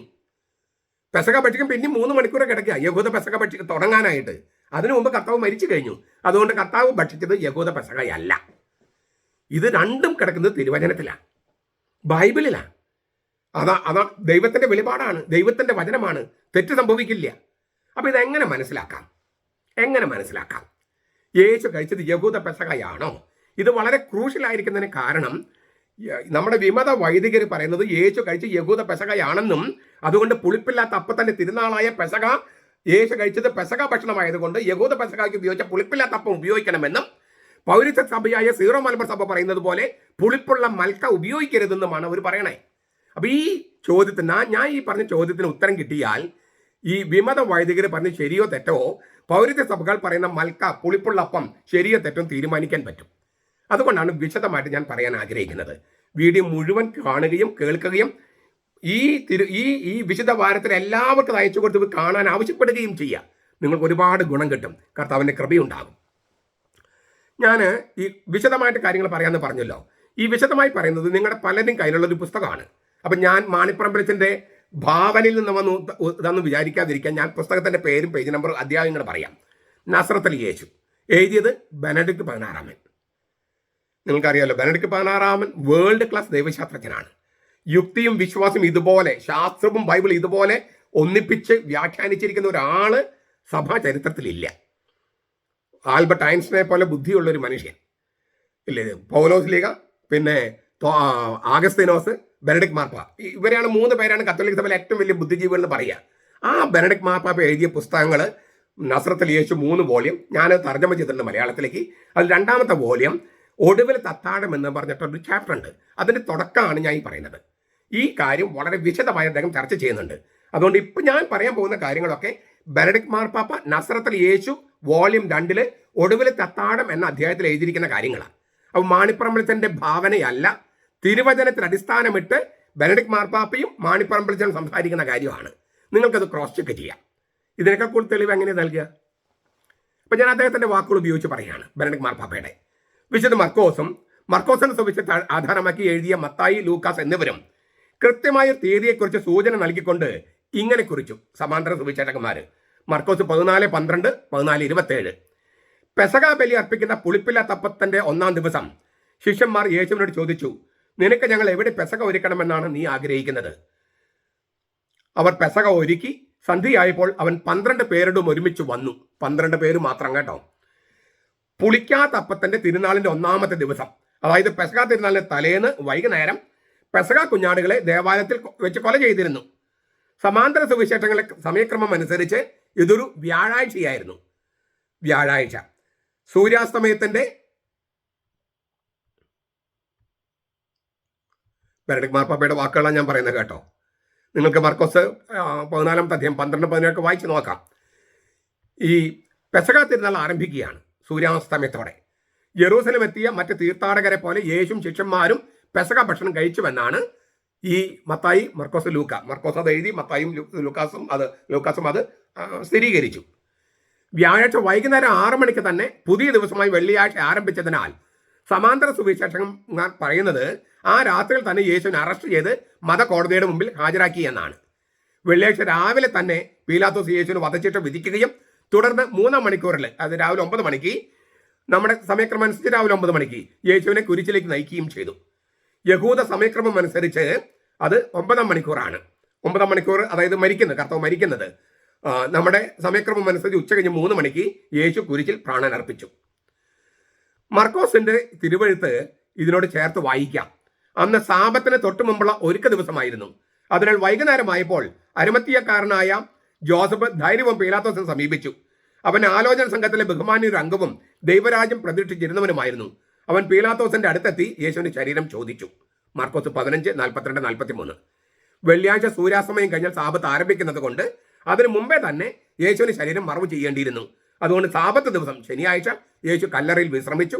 തിരുവുത്ഥാനം ഞായറാഴ്ച, അതായത് ആഴ്ചവട്ടത്തിന്റെ 1-ാമത്തെ ദിവസത്തിൽ ഈശോ മരിച്ചവരിൽ നിന്ന് ഉയർത്തെഴുന്നേറ്റു. ഇതാണ് മർക്കോസ് പറയണേ. മർക്കോസിന്റെ വെളിച്ചത്തിൽ മത്തായിയും ലൂക്കാസും. ഈ സംഭവങ്ങളുടെ സമയക്രമമായ വിവരണത്തിന് ഒരു പ്രശ്നമുണ്ട്. ഇതനുസരിച്ച് യേശുവിന്റെ വിചാരണ, കുരിശമരണം പെസഹ തിരുനാൾ ദിവസം തന്നെ സംഭവിച്ചു. വിചാരണയും കുരിശമരണവും പെസഹ തിരുനാളിന്റെ അന്ന്. പെസഹ തിരുനാൾ ആ വർഷത്തിൽ വെള്ളിയാഴ്ചയായിരുന്നു താനും. പല ബൈബിൾ പണ്ഡിതന്മാരും ഈ വിചാരണയും കുരിശിലേറ്റുന്നുമെല്ലാം പെസഹയുടെ ആചാരവിധികൾക്കനുസരിച്ച് മാറ്റി സ്ഥാപിക്കാൻ ശ്രമിച്ചിട്ടുണ്ട്. പക്ഷേ പീലാത്തോസിന് മുമ്പിൽ വെച്ച് നടന്ന വിചാരണ, ഈ കുരിശിലേറ്റല് യഹൂദരുടെ ഏറ്റവും പ്രധാനപ്പെട്ട തിരുനാളിന്റെ ദിവസത്തിൽ സാധ്യമായിരുന്നോ? അനുവദനീയമായിരുന്നോ? ഇതാണ് ചോദ്യം. ഏറ്റവും പ്രധാനപ്പെട്ട തിരുനാൾ ദിവസം ഇങ്ങനെ വിചാരണയ്ക്കായിട്ടും കുരിശമരണത്തിനായിട്ടും കർത്താവിനെ കൊണ്ടുപോകുമായിരുന്നോ ഈ യഹൂദ മതത്തിന്റെ നേതൃത്വം? സാധ്യത വളരെ കുറവാണ്. മാത്രമല്ല മർക്കോസ് തന്നെ ഇത് എഴുതിയതിനോട് ചേരാത്തൊരു കാര്യം എഴുതിയിട്ടുണ്ട്. പുളിക്കാത്ത അപ്പത്തന്നെ തിരുനാളിന് 2 ദിവസം മുമ്പ് മഹാപുരോഹിതന്മാരും നിയമജ്ഞരും യേശുവിനെ സൂത്രത്തിൽ കീഴ്പ്പെടുത്തി തങ്ങൾ അധീനതയിൽ കൊണ്ടുവന്ന് കൊല്ലുവാൻ ഒരു അവസരം നോക്കിയിരിക്കുകയായിരുന്നു എന്ന് പറയുന്നുണ്ട് മർക്കോസ്. ആ വചനം അങ്ങനെ തന്നെ പറഞ്ഞാൽ 14:2. അത് എന്നിട്ട് അതിനെക്കുറിച്ച് ആലോചിച്ചിട്ട് അവരെന്താ പറയണമെന്ന് അറിയാമോ? തിരുനാളിൽ വേണ്ട, ജനങ്ങൾ ബഹളമുണ്ടാക്കും. കർത്താവിനെ കൊല്ലുന്നത് തിരുനാളിൽ വേണ്ട, തിരുനാൾ ചെയ്താൽ ജനങ്ങൾ ബഹളമുണ്ടാക്കും. ഇത്രയും പ്രധാനപ്പെട്ട ഒരു തിരുനാൾ ദിവസം തിരുനാൾ ആചരിക്കാതെ യേശുവിനെ വിചാരണ ചെയ്യാനും കുരിശിലേക്ക് കൊണ്ടുപോകാനും കുരിശിലേറ്റാനും അത് ജനങ്ങളെ പ്രശ്നമുണ്ടാക്കും. അതുകൊണ്ട് തിരുനാൾ ദിവസം വേണ്ട അവനെ കൊല്ലുന്നത് എന്ന് മഹാപുരോഹിതന്മാർ തന്നെ തീരുമാനിച്ചിരുന്നു.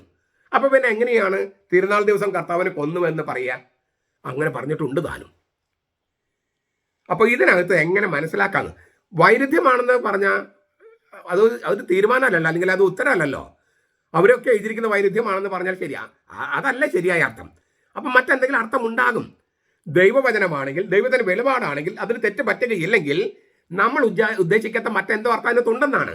നമുക്കത് നോക്കാം. അതിനു മുമ്പ് ഇത് എന്തുകൊണ്ടാണ് മർക്കോസ് ഇങ്ങനെ എഴുതിയത്, എന്താണ് മത്തായിയും ലൂക്കാസും അതിനെ പിന്താങ്ങിയത് എന്ന് നിശ്ചയിക്കുന്നതിന് മുൻപ് യോഹന്നാൻ എന്താണ് എഴുതിയിരിക്കുന്നത് നോക്കാം. യോഹന്നാൻ എഴുതിയിരിക്കുന്നത് ഇങ്ങനെയാണ്: ഒടുവിലത്തെ അത്താഴം യഹൂദ പെസഹ ഭോജനമല്ല, യഹൂദരുടെ പെസഹ ഭക്ഷണമല്ല ഈശോയുടെ അന്ത്യത്താഴം. വളരെ കൃത്യമായിട്ട് എഴുതിയിരിക്കുക. അത് യോഹന്നാൻ എന്താണ് പറയുന്നതെന്ന് അറിയാമോ? ഒരു നീണ്ട വിവരണം തന്നെ നൽകുന്നുണ്ട്. പുലർച്ചെ യേശുവിനെ പീലാത്തോസിന്റെ അടുക്കലേക്ക് കൊണ്ടുവന്നപ്പോൾ യഹൂദ മതത്തിന്റെ നേതൃത്വം പറഞ്ഞു, പ്രത്തോറിയത്തിൽ ഞങ്ങൾ പ്രവേശിക്കില്ല. വിജാതീയനായ റോമൻ ഗവർണറായ പീലാത്തോസിന്റെ പ്രത്തോറിയത്തിൽ ഞങ്ങൾ പ്രവേശിക്കില്ല. കാരണം അശുദ്ധരാകാതെ പെസഹ ഭക്ഷിക്കേണ്ടതിനാൽ പ്രത്തോറിയത്തിൽ ഞങ്ങൾ പ്രവേശിക്കില്ല. യോഹന്നാൻ 18:28. പെസഹ ഭക്ഷിക്കാൻ പോണേ ഉള്ളൂ. പീലാത്തോസിന് മുമ്പിൽ ഈശോയെ കൊണ്ടുപോകുമ്പോൾ പെസഹ ആരംഭിച്ചിട്ടില്ല. മർക്കോസ് എന്താ പറഞ്ഞേ? തലേ ദിവസം പെസഹ ഭക്ഷണം കഴിച്ചു, പിറ്റേ ദിവസം പീലാത്തോസിന്റെ മുമ്പിൽ കൊണ്ടുചെന്നാ. ഇവിടെ യോഹന്നാൻ പറയാണ് അവര് പെസഹ ഭക്ഷണം കഴിച്ചിട്ടില്ല. അശുദ്ധരാകാതെ പെസഹ ഭക്ഷിക്കേണ്ടതിന് വിജാതീയനായ പീലാത്തോസിന്റെ അരമനയിൽ പ്രവേശിച്ചാൽ അശുദ്ധരാകും, പെസഹ ഭക്ഷിക്കാൻ പറ്റില്ല. അതിനാൽ പ്രത്തോറിയത്തിൽ പ്രവേശിച്ചില്ലെന്നാണ് യോഹന്നാന്റെ സുവിശേഷം 18:28 എഴുതിയിരിക്കുന്നത്. എന്ന് വെച്ചാൽ ഈശോയെ കൊന്ന ആ രാത്രി, അന്ന് സന്ധ്യയ്ക്കാണ് പെസഹ തിരുനാൾ ആരംഭിക്കാനിരിക്കുന്നത്. യേശുവിനെ വധിച്ച സമയത്ത് പെസഹ ദിനം ആഗതമാകുന്നേ ഉള്ളൂ. പെസഹ കർത്താവ് 3 മണിക്ക് മരിച്ചു, അന്ന് 6 മണിക്കാണ് പെസഹ തുടങ്ങുള്ളൂ. അപ്പൊ എങ്ങനെ യേശു യഹൂദ പെസഹ ഭക്ഷണം കഴിക്കണേ? അപ്പോൾ യേശു കഴിച്ചത് യഹൂദ പെസക ഭക്ഷണമല്ല എന്ന് കൃത്യമായിട്ട് എഴുതിയിരിക്കുകയാണ് യോഹന്നാൻ. യേശുവിനെ വിചാരണ ചെയ്തതും വിധിച്ചതും വധിച്ചതും കുരിശിലേറ്റിയതും പെസക തിരുനാളിൻ്റെ അന്നല്ല, പെസക തിരുനാളിൻ്റെ അന്നല്ല, തിരുനാൾ ദിവസമല്ല, അതിൻ്റെ തലേ ദിവസമായിരുന്നു. പെസകയുടെ ഒരുക്കത്തിലുള്ള ദിവസമായിരുന്നു. പെസകയുടെ ഒരുക്കത്തിലുള്ള ദിവസത്തിലാണ് കർത്താവിനെ വിചാരണ ചെയ്ത് കുരിശിലേറ്റി കൊന്നത്. പെസക അന്ന് രാത്രി തുടങ്ങണേ ഉള്ളൂ. കർത്താവ് മരിച്ചു കഴിഞ്ഞതിന് ശേഷമാണ് പെസക തുടങ്ങുന്നത്. ആ വർഷത്തിൽ പെസക തിരുനാൾ വെള്ളിയാഴ്ച വൈകുന്നേരം മുതൽ ശനിയാഴ്ച വൈകുന്നേരം വരെ ആയിരുന്നു എന്നാണ് പറയണേ യോഹന്നാൻ. അല്ലാതെ വ്യാഴാഴ്ച വൈകുന്നേരം മുതൽ വെള്ളിയാഴ്ച വൈകുന്നേരം വരെ അല്ല, നമ്മൾ ഈ മർക്കോസ് പറയുന്നത് പോലെ. ഇനി രണ്ട് കാര്യങ്ങൾ കൂടി യോഹന്നാൻ ഇത് അടിവരയിട്ട് പറയുന്നുണ്ട്. അവൻ്റെ അസ്ഥികൾ ഒന്നുപോലും തകർക്കപ്പെടുകയില്ല. ഞാൻ നേരത്തെ പറഞ്ഞല്ലോ, യെറൂസലം ദേവാലയത്തിൽ വെച്ച് മഹാപുരോഹിതൻ ഈ പെസക കുഞ്ഞാടിനെ അറുക്കുന്ന സമയത്ത് കർത്താവ് അറുക്കപ്പെട്ടു, കൊല്ലപ്പെട്ടു. നമ്മുടെ പെസക കുഞ്ഞാട് അറുക്കപ്പെട്ടിരിക്കുന്നു. പൗലോസ്ലീഹ പറയാണ്. അപ്പോൾ പെസക കുഞ്ഞാടായിട്ട് കർത്താവ് അറുക്കപ്പെട്ടത് കൊണ്ട് കർത്താവിൻ്റെ അസ്ഥികളൊന്നും തകർക്കാൻ പാടില്ലായിരുന്നു. യോഹന്നാൻ 19:36 പഴയ നിയമത്തിലെ പുറപ്പാട് 12:46 സൂചന നൽകുകയാണ്. ഈശോ പെസക കുഞ്ഞാടിനെ പോലെ കുഞ്ഞാടായിട്ടാണ് മരിച്ചത്. ഇതാ ലോകത്തിന്റെ പാപങ്ങൾ നീക്കുന്ന ദൈവത്തിന്റെ കുഞ്ഞാട്. യോഹന്നാൻ 1:29 1:35 അത് പൂർത്തിയാകുകയാണ്. അപ്പോൾ പെസക കുഞ്ഞാടായിട്ടാണ് കർത്താവ് മരിച്ചത്. പെസക ഭക്ഷണം കഴിച്ചിട്ടല്ല, ഭക്ഷണം കഴിക്കുന്നതിന് മുൻപ്. അതിനെ അടിവരായിട്ട് ഒന്നുകൂടി പറയാണ്. പുറപ്പാട് പുസ്തകത്തിൽ ഹിസോപ്പ് ചെടി ഉപയോഗിച്ചിട്ടാണ് അവർ രക്തം തളിച്ചത് ഈ വാതിൽ കാട്ടിൽപ്പടിയിലൊക്കെ. ഇവിടെ ഹിസോപ്പ് ചെടി ഉപയോഗിച്ചിട്ടാണ് കർത്താവിന് ചുണ്ടിലേക്ക് അവർ ഈ വിനീഗർ നീട്ടിക്കൊടുക്കുന്നത്, വിനാഗിരി നീട്ടിക്കൊടുക്കുന്നത്. യോഹന്നാൻ 19:29 അതും ഹിസോപ്പ് ചെടി ഉപയോഗിച്ചിട്ട് അല്ലേ അതിൽ സൂചന നൽകുക. അതായത് പെസഹ കുഞ്ഞാടിൻ്റെ രക്തം എടുത്തത് ഈ ഹിസോപ്പ് ചെടി ഉപയോഗിച്ചിട്ടാണ്. ഇവിടെ പെസഹ കുഞ്ഞാടിലേക്ക് വിനാഗിരി നീട്ടുന്നതും ഹിസോപ്പ് ചെടി ഉപയോഗിച്ചിട്ടാണ് യോഹന്നാൻ പറയുക. എല്ലാ സൂചനകളും പറയുന്നത് കർത്താവ് മരിച്ചത് പെസഹ കുഞ്ഞാടിനെ അറക്കുന്ന സമയത്ത്, തിരുനാളിന് തലേ ദിവസം മരിച്ചു എന്നാണ് പറയണേ. ഈ ഒരു വിഷയത്തിലൊഴികെ, കർത്താവ് മരിച്ച സമയത്തിലൊഴികെ മറ്റ് സംഭവങ്ങളും ക്രമത്തിലും വിവരണത്തിലൊക്കെ യോഹന്നാനും മറ്റെല്ലാ സുവിശേഷകന്മാരും ഒരേ ക്രമമാണ് പാലിക്കുന്നത്. ശിഷ്യന്മാരോട് യേശുവിൻ്റെ ഒടുവിൽ തത്താഴം പങ്കുവയ്ക്കുന്നത് വ്യാഴാഴ്ച തന്നെ. പക്ഷെ അത് പെസഹ ഭോജനമായിരുന്നില്ലെന്നാണ് യോഹന്നാൻ പറയണേ. യേശുവിൻ്റെ വിചാരണയും കുരിശിലേറ്റലും വെള്ളിയാഴ്ചയാണ്, അതായത് പെസഹ തിരുനാളിൻ്റെ തലേന്ന്. ഇത് പെസഹ തിരുനാളിൻ്റെ അന്നല്ല, ശനിയാഴ്ച.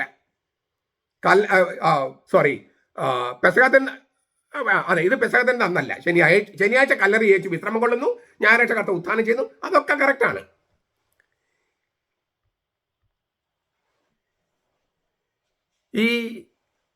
ഇത് അടുത്ത കാലം വരെ എന്ന് വെച്ചാൽ ഒരു 1980 വരെ അല്ലെങ്കിൽ 90 വരെ ദൈവശാസ്ത്രജ്ഞന്മാർ വിചാരിച്ചിരുന്നത് സമാന്തര സുവിശേഷങ്ങളാണ് ചരിത്രപരം. യോഹന്നാൻ അതിനെ ദൈവശാസ്ത്രവൽക്കരിച്ചു. അതായത് പെസഹ കുഞ്ഞാടാണ് യേശുവിനെ കാണിക്കാൻ വേണ്ടി തിരുനാൾ ദിവസമാണ് മരിച്ചതെങ്കിലും തിരുനാൾ തലേ ദിവസം മരിച്ചതായിട്ട് യോഹന്നാൻ അവതരിപ്പിച്ചു എന്നാണ് ഈ അടുത്ത കാലം വരെ, എന്ന് വെച്ചാൽ 90 വരെ അല്ലെങ്കിൽ 2000 വരെയൊക്കെ വേദശാസ്ത്രങ്ങൾ പലരും വിചാരിച്ചിരുന്നത്.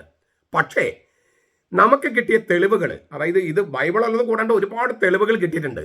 തെളിവുകൾ കിട്ടിക്കഴിഞ്ഞപ്പോൾ, പുരാവസ്തു തെളിവുകളും മറ്റു തെളിവുകളും രേഖാപരമായ തെളിവുകളെല്ലാം കിട്ടിക്കഴിഞ്ഞപ്പോൾ ഒരു കാര്യം സത്യമായി. യോഹന്നാൻ പറഞ്ഞിരിക്കുന്നതാണ് ചരിത്രപരം. ചരിത്രത്തിൽ സംഭവിച്ചത് യോഹന്നാൻ പറഞ്ഞതുപോലെയാണ്.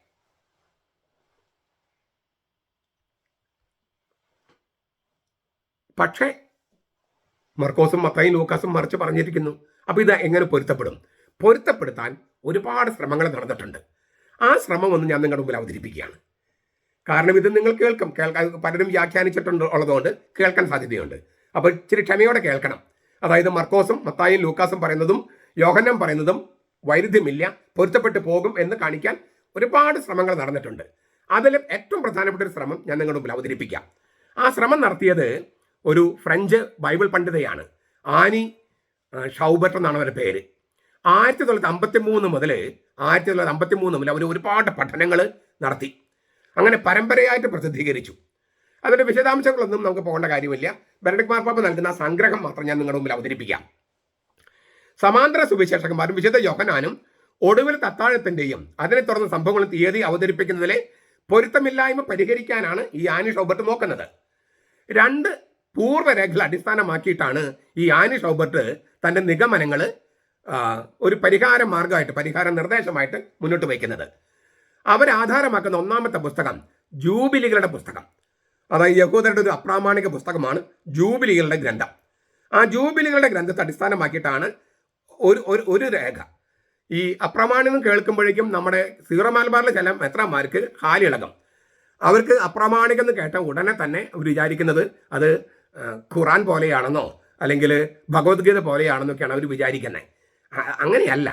ഇത് യഹൂദ അപ്രാമാണിക ഗ്രന്ഥങ്ങളും ക്രൈസ്തവ അപ്രാമാണിക ഗ്രന്ഥങ്ങളും അവയിൽ ഒരുപാട് അതിശയോക്തിയൊക്കെ ഉള്ളത് കൊണ്ടാണ് അത് പ്രാമാണികമായി ബൈബിളിലേക്ക് സ്വീകരിക്കാത്തത് എന്ന് വിചാരിച്ച് അതിൽ സത്യമില്ലാതില്ല. അവിടെ ഇവിടേക്ക് ചില സത്യങ്ങളുണ്ട്. അത് തിരിച്ചറിയാനുള്ള ബുദ്ധിബോധം വേണം. അതിനുവേണ്ടി ഞാൻ രഹസ്യ സുവിശേഷങ്ങളുടെ പുസ്തകം തന്നെ ഞാൻ മലയാളത്തിൽ ഇറക്കിയത്. ഈ ഹീബ്രു മൂലഭാഷയിലെ ജൂബിലി ഗ്രന്ഥത്തിൽ ക്രിസ്തുവിന് മുൻപ് രണ്ടാം നൂറ്റാണ്ടിന്റെ രണ്ടാം പകുതിയിൽ രചിക്കപ്പെട്ടതാണ് ഈ മൂലകൃതി. ഈ ജൂബിലികളുടെ ഗ്രന്ഥം എന്ന അതിൻ്റെ മൂലകൃതി ഹീബ്രു ഭാഷയിൽ ക്രിസ്തുവിന് മുമ്പ് രണ്ടാം നൂറ്റാണ്ടിന്റെ രണ്ടാം പകുതിയിൽ രചിക്കപ്പെട്ടു. അതിനകത്ത് ഒരു പുരോഹിത കലണ്ടർ ഉപയോഗിച്ചിട്ടുണ്ട്. ഒരു പുരോഹിത കലണ്ടർ. ആ പുരോഹിത കലണ്ടറിന്റെ സവിശേഷത അത് ചാന്ദ്രമാസ കണക്കിനെ ആശ്രയിക്കാതെ, ലൂണാർ ചന്ദ്രനെ ആശ്രയിക്കാതെ സൂര്യനെ ആശ്രയിച്ച് സൂര്യമാസ കണക്കിൽ പഞ്ചാംഗം തയ്യാറാക്കിയിരിക്കുന്നു. ഈ ജൂബിലിയുടെ ഗ്രന്ഥം ക്രിസ്തു മുമ്പ് എഴുതപ്പെട്ടതാണ്. അതിലൊരു പുരോഹിത കലണ്ടർ ഉണ്ട്. ചന്ദ്രമാസത്തെ അടിസ്ഥാനമാക്കിയല്ല, സൂര്യമാസത്തെ അടിസ്ഥാനമാക്കി. ഒരു വർഷത്തെ 364 ദിവസങ്ങളായി അത് ഭാഗിച്ചിരിക്കുന്നു.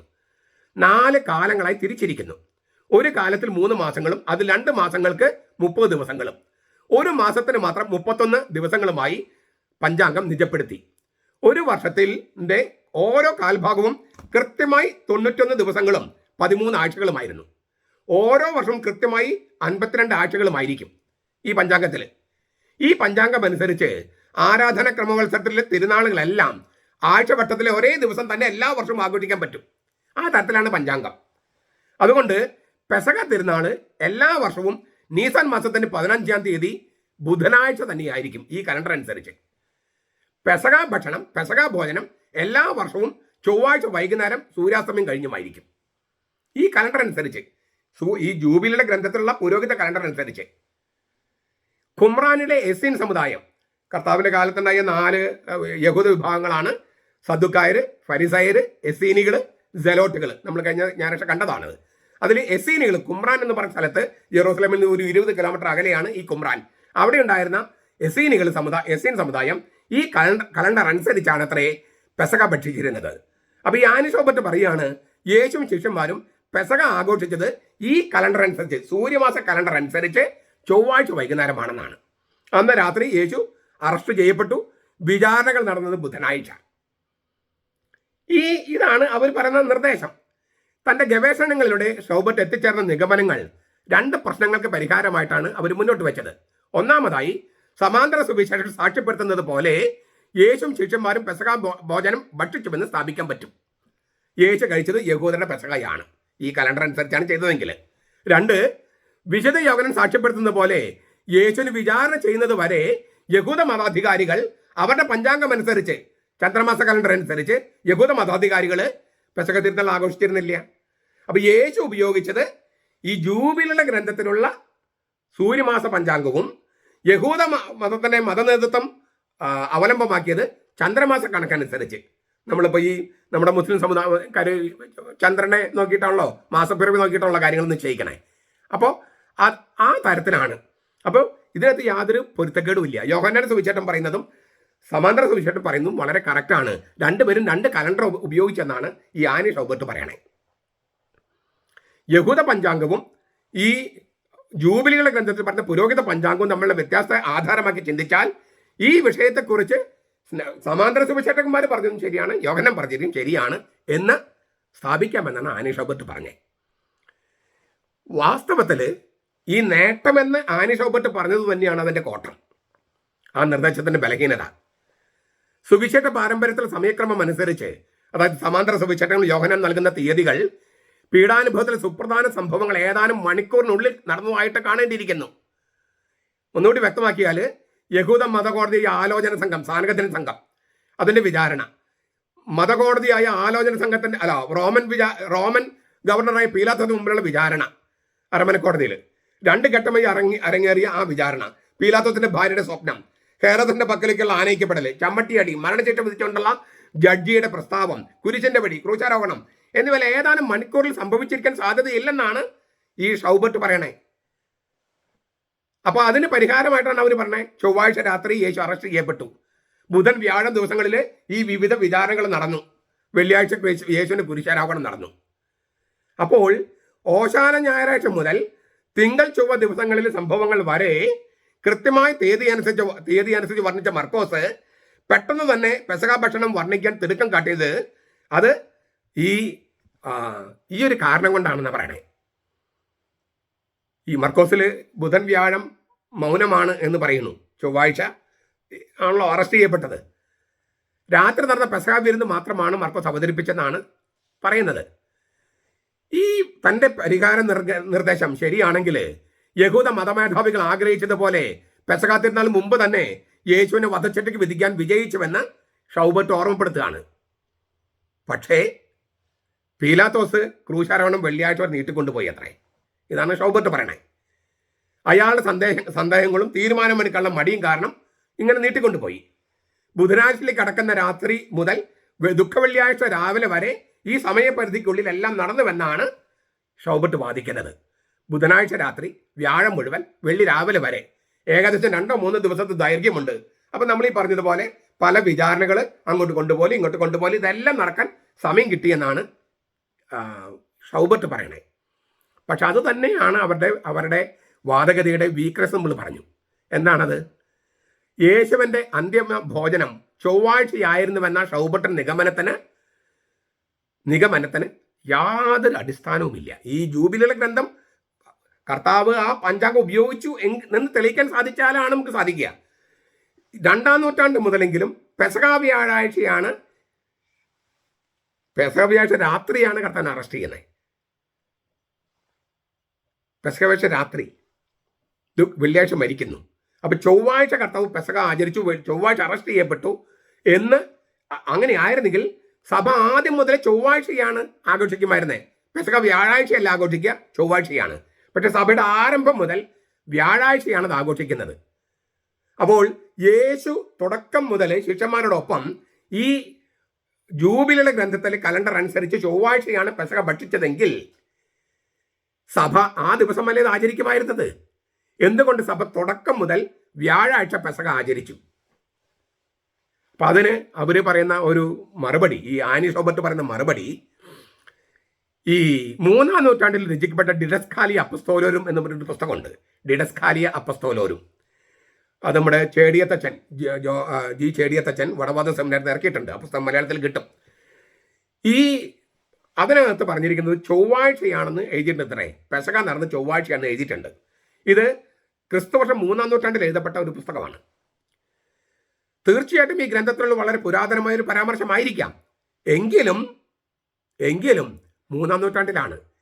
ഈ 1-ാം നൂറ്റാണ്ടിൽ ഈ സംഗതി കഴിഞ്ഞിട്ട് AD 33 കഴിഞ്ഞിട്ട് 10-250 വർഷങ്ങൾ കഴിഞ്ഞിട്ടാണ് ഈ പുസ്തകം എഴുതപ്പെട്ടത്. അതിനു മുമ്പ് തന്നെ ഈ പെസഹ വ്യാഴാഴ്ച ആദിമസഭ ആചരിക്കാൻ തുടങ്ങിയിരുന്നു. അപ്പോൾ ഈ 3 നൂറ്റാണ്ട് കഴിഞ്ഞിട്ടുള്ളൊരു അത് അത്ര മൗലികമാണെങ്കിൽ എന്തുകൊണ്ട് ചോദ്യം എപ്പോഴും നിലനിൽക്കുകയാണ്, എന്തുകൊണ്ട് ആദിമസഭ പെസഹ വ്യാഴാഴ്ച കർത്താവിൻ്റെ പെസഹ ആചരിക്കാൻ തുടങ്ങി, എന്തുകൊണ്ട് ചൊവ്വാഴ്ച ചെയ്തില്ല? മാത്രമല്ല ഖുമ്രാനിലെ എസീനുകൾ ഇത് ഉപയോഗിച്ചെന്ന് പറയണ്ടല്ലോ, ഈ ഷൗബർട്ട് പറയുന്നുണ്ട്. തെളിവൊന്നുമില്ല, അതിന് തെളിവില്ല. അപ്പോൾ പിന്നെ അവരുപയോഗിച്ചാൽ പോലും, എസീനുകൾ അത് ഉപയോഗിച്ചാൽ പോലും ഈശോ ആ കലണ്ടർ ഉപയോഗിച്ചെന്നുള്ളതിന് തെളിവില്ല. സഭയാണെങ്കിൽ ചൊവ്വാഴ്ചയല്ല വ്യാഴാഴ്ചയാണ് തുടക്കം മുതൽ പെസഹ ആചരിച്ചിരുന്നത്. ഇത്രയും വിശദമായ കാര്യങ്ങൾ പറഞ്ഞതിൻ്റെ കാര്യം നിങ്ങൾക്ക് മനസ്സിലായോ? നിങ്ങൾ ചിലപ്പോൾ കേൾക്കും ചൊവ്വാഴ്ചയാണ്, ചിലപ്പോൾ ബുധനാഴ്ചയാണ് എന്നെല്ലാം കേൾക്കാൻ സാധ്യതയുണ്ട്. അതുകൊണ്ടാണ് ഞാൻ വിശദമായിട്ട് കാര്യങ്ങളൊക്കെ പറഞ്ഞത്. നിങ്ങൾക്ക് മുഴുവൻ മനസ്സിലായിട്ടില്ലെങ്കിൽ നിങ്ങൾക്ക് ഒന്നുകൂടി വായിച്ച് നോക്കാം. പുസ്തകം നിങ്ങളുടെ പലരുടെ കയ്യിൽ, നിങ്ങളുടെ കയ്യിൽ പുസ്തകമുണ്ട്, നസ്രത്തിൽ യേശു. ഇല്ലെങ്കിൽ ഒരു കോപ്പി വാങ്ങിക്കുക, ആളിത് വാങ്ങിക്കാൻ കിട്ടും. ഞാൻ എൻ്റെ നിഗമനം പറയാം. അതിനു മുമ്പ് ആദ്യം തന്നെ നമ്മൾ ഓർക്കേണ്ടത് 12,000 വർഷം മുമ്പത്തെ ഒരു കാര്യമാണ്. അപ്പോൾ യഹൂദ ലോകം എത്ര സങ്കീർണമായിരുന്നു. യഹൂദരുടെ ഇടയിൽ തന്നെ പല വിഭാഗം ഉണ്ടായിരുന്നു. ഓരോ വിഭാഗവും ഓരോ തരത്തിലാണ് ആചരിച്ചിരുന്നത്. അപ്പം നമുക്ക് പലതും നിശ്ചയിക്കാനായിട്ട് നമുക്ക് പ്രയാസങ്ങളുണ്ട്. എങ്കിലും തിരുവചനങ്ങളെ ശരിക്കും മനസ്സിലാക്കാൻ ശ്രമിച്ചാൽ നമുക്ക് അത്ര വലിയ പ്രയാസമില്ല താനും. നമുക്ക് ഈ വേദശാസ്ത്രിമാരുടെ നിഗമനങ്ങൾക്ക് പിന്നാലെ പോകാതെ തിരുവചനങ്ങളെ കുറച്ചുകൂടി ആഴത്തിൽ പഠിച്ചാൽ വലിയ പ്രശ്നങ്ങളില്ലാതെ ഈ പ്രശ്നങ്ങളൊക്കെ പരിഹരിക്കാം. അത് ഞാൻ പറയാൻ പോവാണ്. അപ്പോൾ എന്തുകൊണ്ടാണ് മർക്കോസ് അങ്ങനെ എഴുതിയത്, മത്തായി ലൂക്കാസും അതിന് പിന്താങ്ങിയത് എന്തുകൊണ്ടാണ്, യോഹന്നാൻ ഒരല്പം വ്യത്യാസമായിട്ട് എഴുതിയത് എന്തുകൊണ്ടാണ്, ഇതിലേതാണ് ചരിത്രപരം, ഏതാണ് സ്വീകരിക്കേണ്ടത്, ഇതാണ് നമ്മൾ നിശ്ചയിക്കേണ്ടത്. നമ്മൾ അതിലേക്ക് എത്തുകയാണ്. എങ്കിലും സങ്കീർണത നമ്മൾ തീർത്തും തള്ളിക്കളയരുത്. അപ്പം നമുക്ക് ഇത് പ്രശ്നം അവതരിപ്പിച്ച് കഴിഞ്ഞു ഇല്ലേ. യോഹന്നാൻ്റെ സുവിശേഷവും സമാന്തര സുവിശേഷം തമ്മിലുള്ള അന്തരം, അത് പൊരുത്തപ്പെടുത്താനുള്ള ശ്രമങ്ങൾ, ഈ പ്രശ്നങ്ങളെല്ലാം ഇതെല്ലാം എല്ലാ വേദശാസ്ത്രങ്ങൾക്ക് അറിയാവുന്ന ഒരു പ്രശ്നമാണ്. ഇതേക്കുറിച്ച് വളരെ ഗഹനമായി പഠിച്ച ഒരു അമേരിക്കക്കാരനുണ്ട്. അദ്ദേഹത്തിൻ്റെ പേര് John P Meyer. The marginal juice, A rethinking of historical Jesus എന്ന് പറഞ്ഞിട്ട് അദ്ദേഹത്തിൻ്റെ പല വോള്യങ്ങളുള്ള പുസ്തകമുണ്ട്. A marginal juice, A rethinking of historical Jesus, അതാണ് പുസ്തകത്തിൻ്റെ പേര്. വളരെ ആഴത്തിൽ പഠിച്ചിരിക്കുന്ന ഒരു സംഗതിയാണത്. അതിൻ്റെ 1ാമത്തെ വാല്യത്തിൻ്റെ അവസാന ഭാഗത്ത് യേശുവിൻ്റെ ജീവിതത്തിൻ്റെ ഈ സമയക്രമം, അതിൻ്റെ ഒരു സമഗ്രമായ പഠനം തന്നെ മേയർ അവതരിപ്പിക്കുന്നുണ്ട്. അദ്ദേഹത്തിൻ്റെ അഭിപ്രായത്തിൽ സമാന്തര സുവിശേഷങ്ങളിലും യോഹന്നാന്റെ സുവിശേഷത്തിലുമുള്ള ഈ സമയക്രമത്തിൽ ഏതെങ്കിലും ഒന്ന് തിരഞ്ഞെടുക്കണം. ലഭ്യമായിരിക്കുന്ന രേഖകളും വസ്തുതകളും മറ്റ് ആധാര സ്രോതസ്സുകളും ഒക്കെ അടിസ്ഥാനമാക്കി എല്ലാ തെളിവുകളും നമ്മൾ പരിശോധിക്കുമ്പോൾ ചരിത്രപരമായി സംഭവിച്ചത് യോഹന്നാൻ പറഞ്ഞതുപോലെയാണ്. അതായത് പെസഹ തിരുനാളിൻ്റെ തലേ ദിവസം ഉച്ച കഴിഞ്ഞ് 3 മണിക്ക് കർത്താവ് മരിച്ചു. പെസഹ തിരുനാളിൻ്റെ തലേ ദിവസം മഹാപുരോഹിതൻ കുഞ്ഞാടിനെ ദേവാലയത്തിൽ അറുക്കുന്ന സമയത്ത് ഈശോ കുരിശിൽ മരിച്ചു. ഇതാണ് ചരിത്രത്തിൽ സംഭവിച്ചത്. അതുകൊണ്ട് തന്നെ യോഹന്നാന്റെ സുവിശേഷത്തിൽ പറയുന്ന പല കാര്യങ്ങളും ചരിത്രപരമായി അപ്പാടെ സത്യമാണ്. പീലാത്തോസിന് മുമ്പിൽ വെച്ച് യേശുവിന് വിചാരണ നടക്കുന്നത് വരെ യഹൂദ മതാധികാരികൾ പെസഹ ഭക്ഷണം ഭക്ഷിച്ചിരുന്നില്ല. അതുകൊണ്ട് അവർ യഹൂദ മതാചാര വിധിപ്രകാരം ശുദ്ധരായിരുന്നു. അത് യോഹന്നാൻ സാക്ഷ്യപ്പെടുന്നത് വളരെ സത്യമാണ്. അതുപോലെ തന്നെ യേശു ക്രൂശിക്കപ്പെട്ടത് പെസഹ തിരുനാളിന്റെ അന്നല്ല, പിന്നെയോ പെസഹ തിരുനാളിന്റെ തലേ ദിവസമാണ്. അപ്പൊ ഇതിൽ നിന്ന് നമ്മൾ മനസ്സിലാക്കേണ്ടത്, ഞാൻ നേരത്തെ പറഞ്ഞു, അതൊന്നുകൂടി ആവർത്തിക്കുകയാണ്, നമ്മുടെ പെസഹ കുഞ്ഞാട് അറുക്കപ്പെട്ടിരിക്കുന്നു. അത് പൗലോസിലേക്ക് പറയാണ്.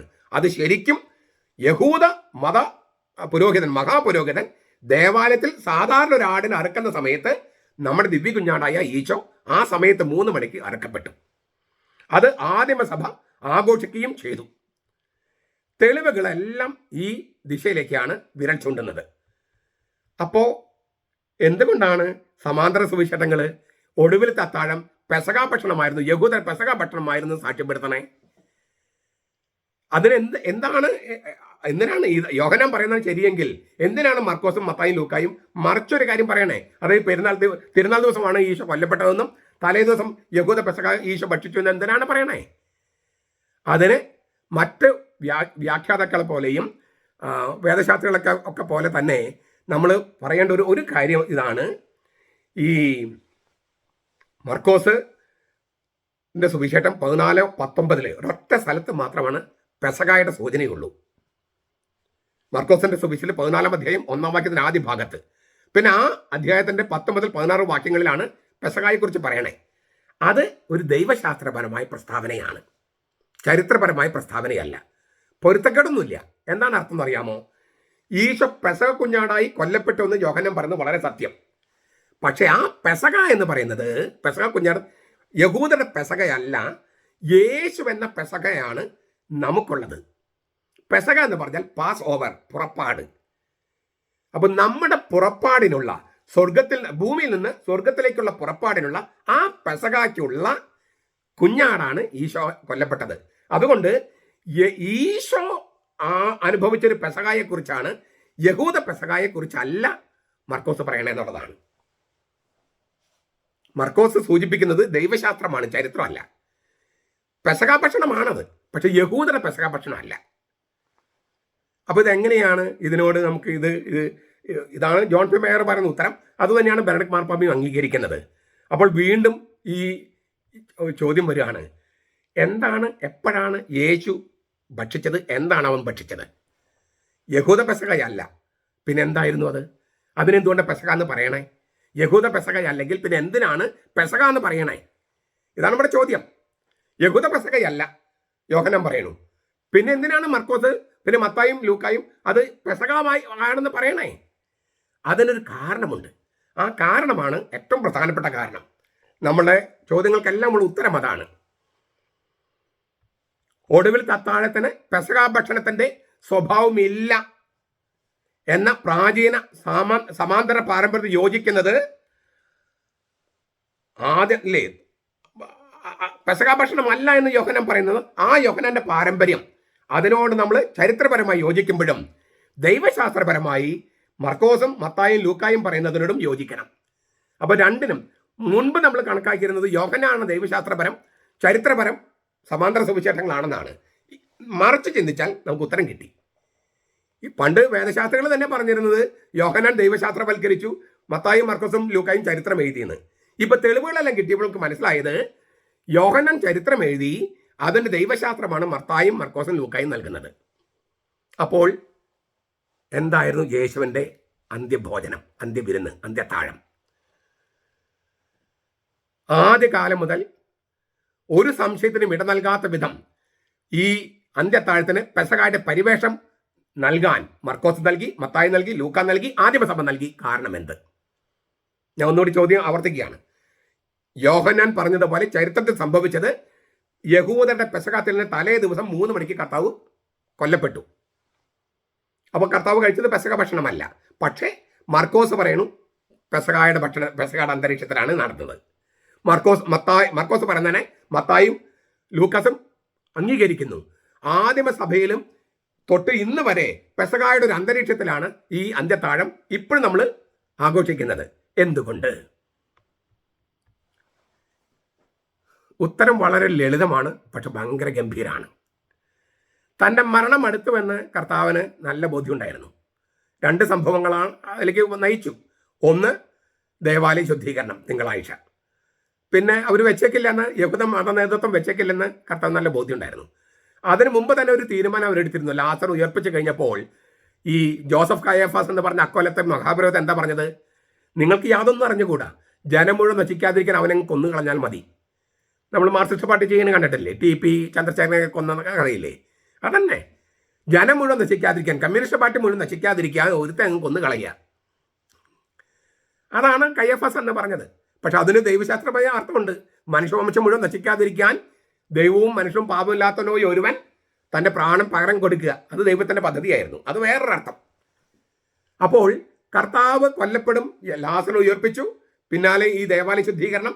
അതിനു മുമ്പ് 2 കൊല്ലം മുമ്പ് കർത്താവ് ദേവാലയം ഒന്ന് ശുദ്ധീകരിച്ചിരുന്നു.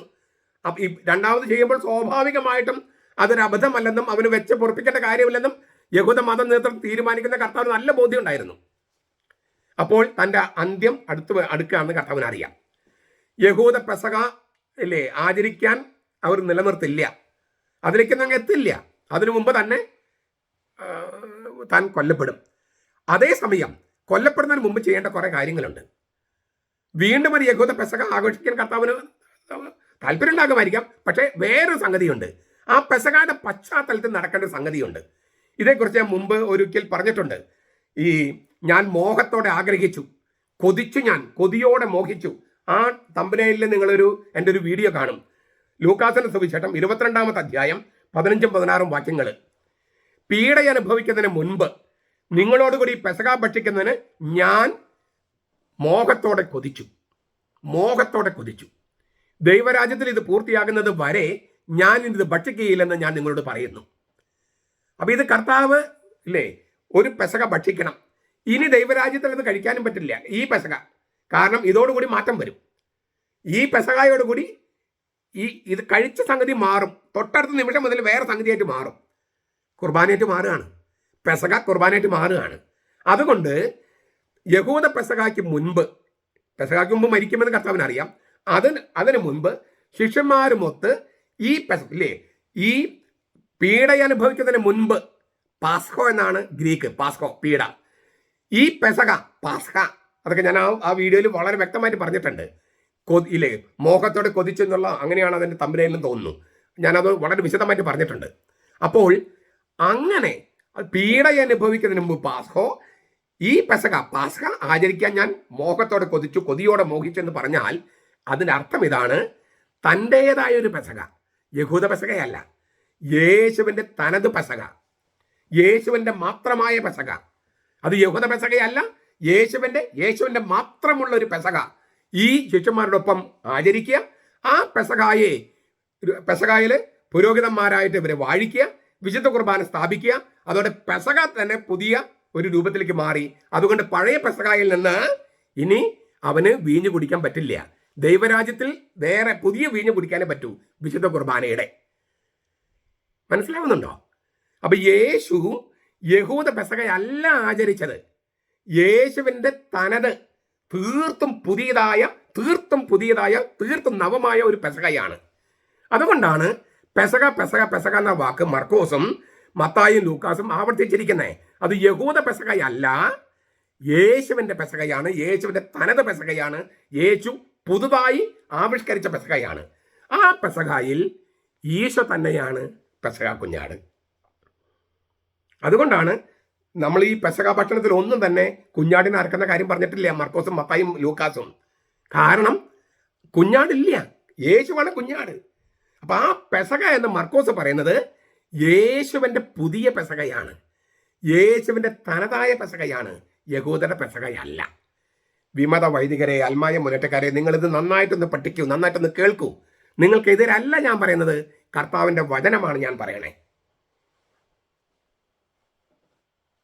തീർത്തും നവീനവും സനാതനവുമായത് എന്തോ കൊടുക്കാൻ വേണ്ടി, അതായത് വിശുദ്ധ കുർബാന കൊടുക്കാൻ വേണ്ടി, പൗരോഹിത്യം കൊടുക്കാൻ വേണ്ടി യേശുവിൻ്റെതായ പെസക, തനതായ പെസക, തീർത്തും നവമായ ഒരു പെസക ആചരിക്കുകയാണ് ചെയ്തത്.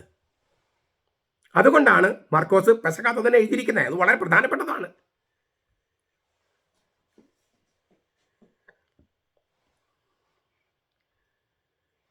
പുതിയ നിയമത്തിൽ പെസക പാരമ്പര്യത്തിൽ നിന്ന് ഉരുത്തിരിയുന്ന വ്യക്തമായൊരു സന്ദേശമുണ്ട്, ഒരു സത്യമുണ്ട്.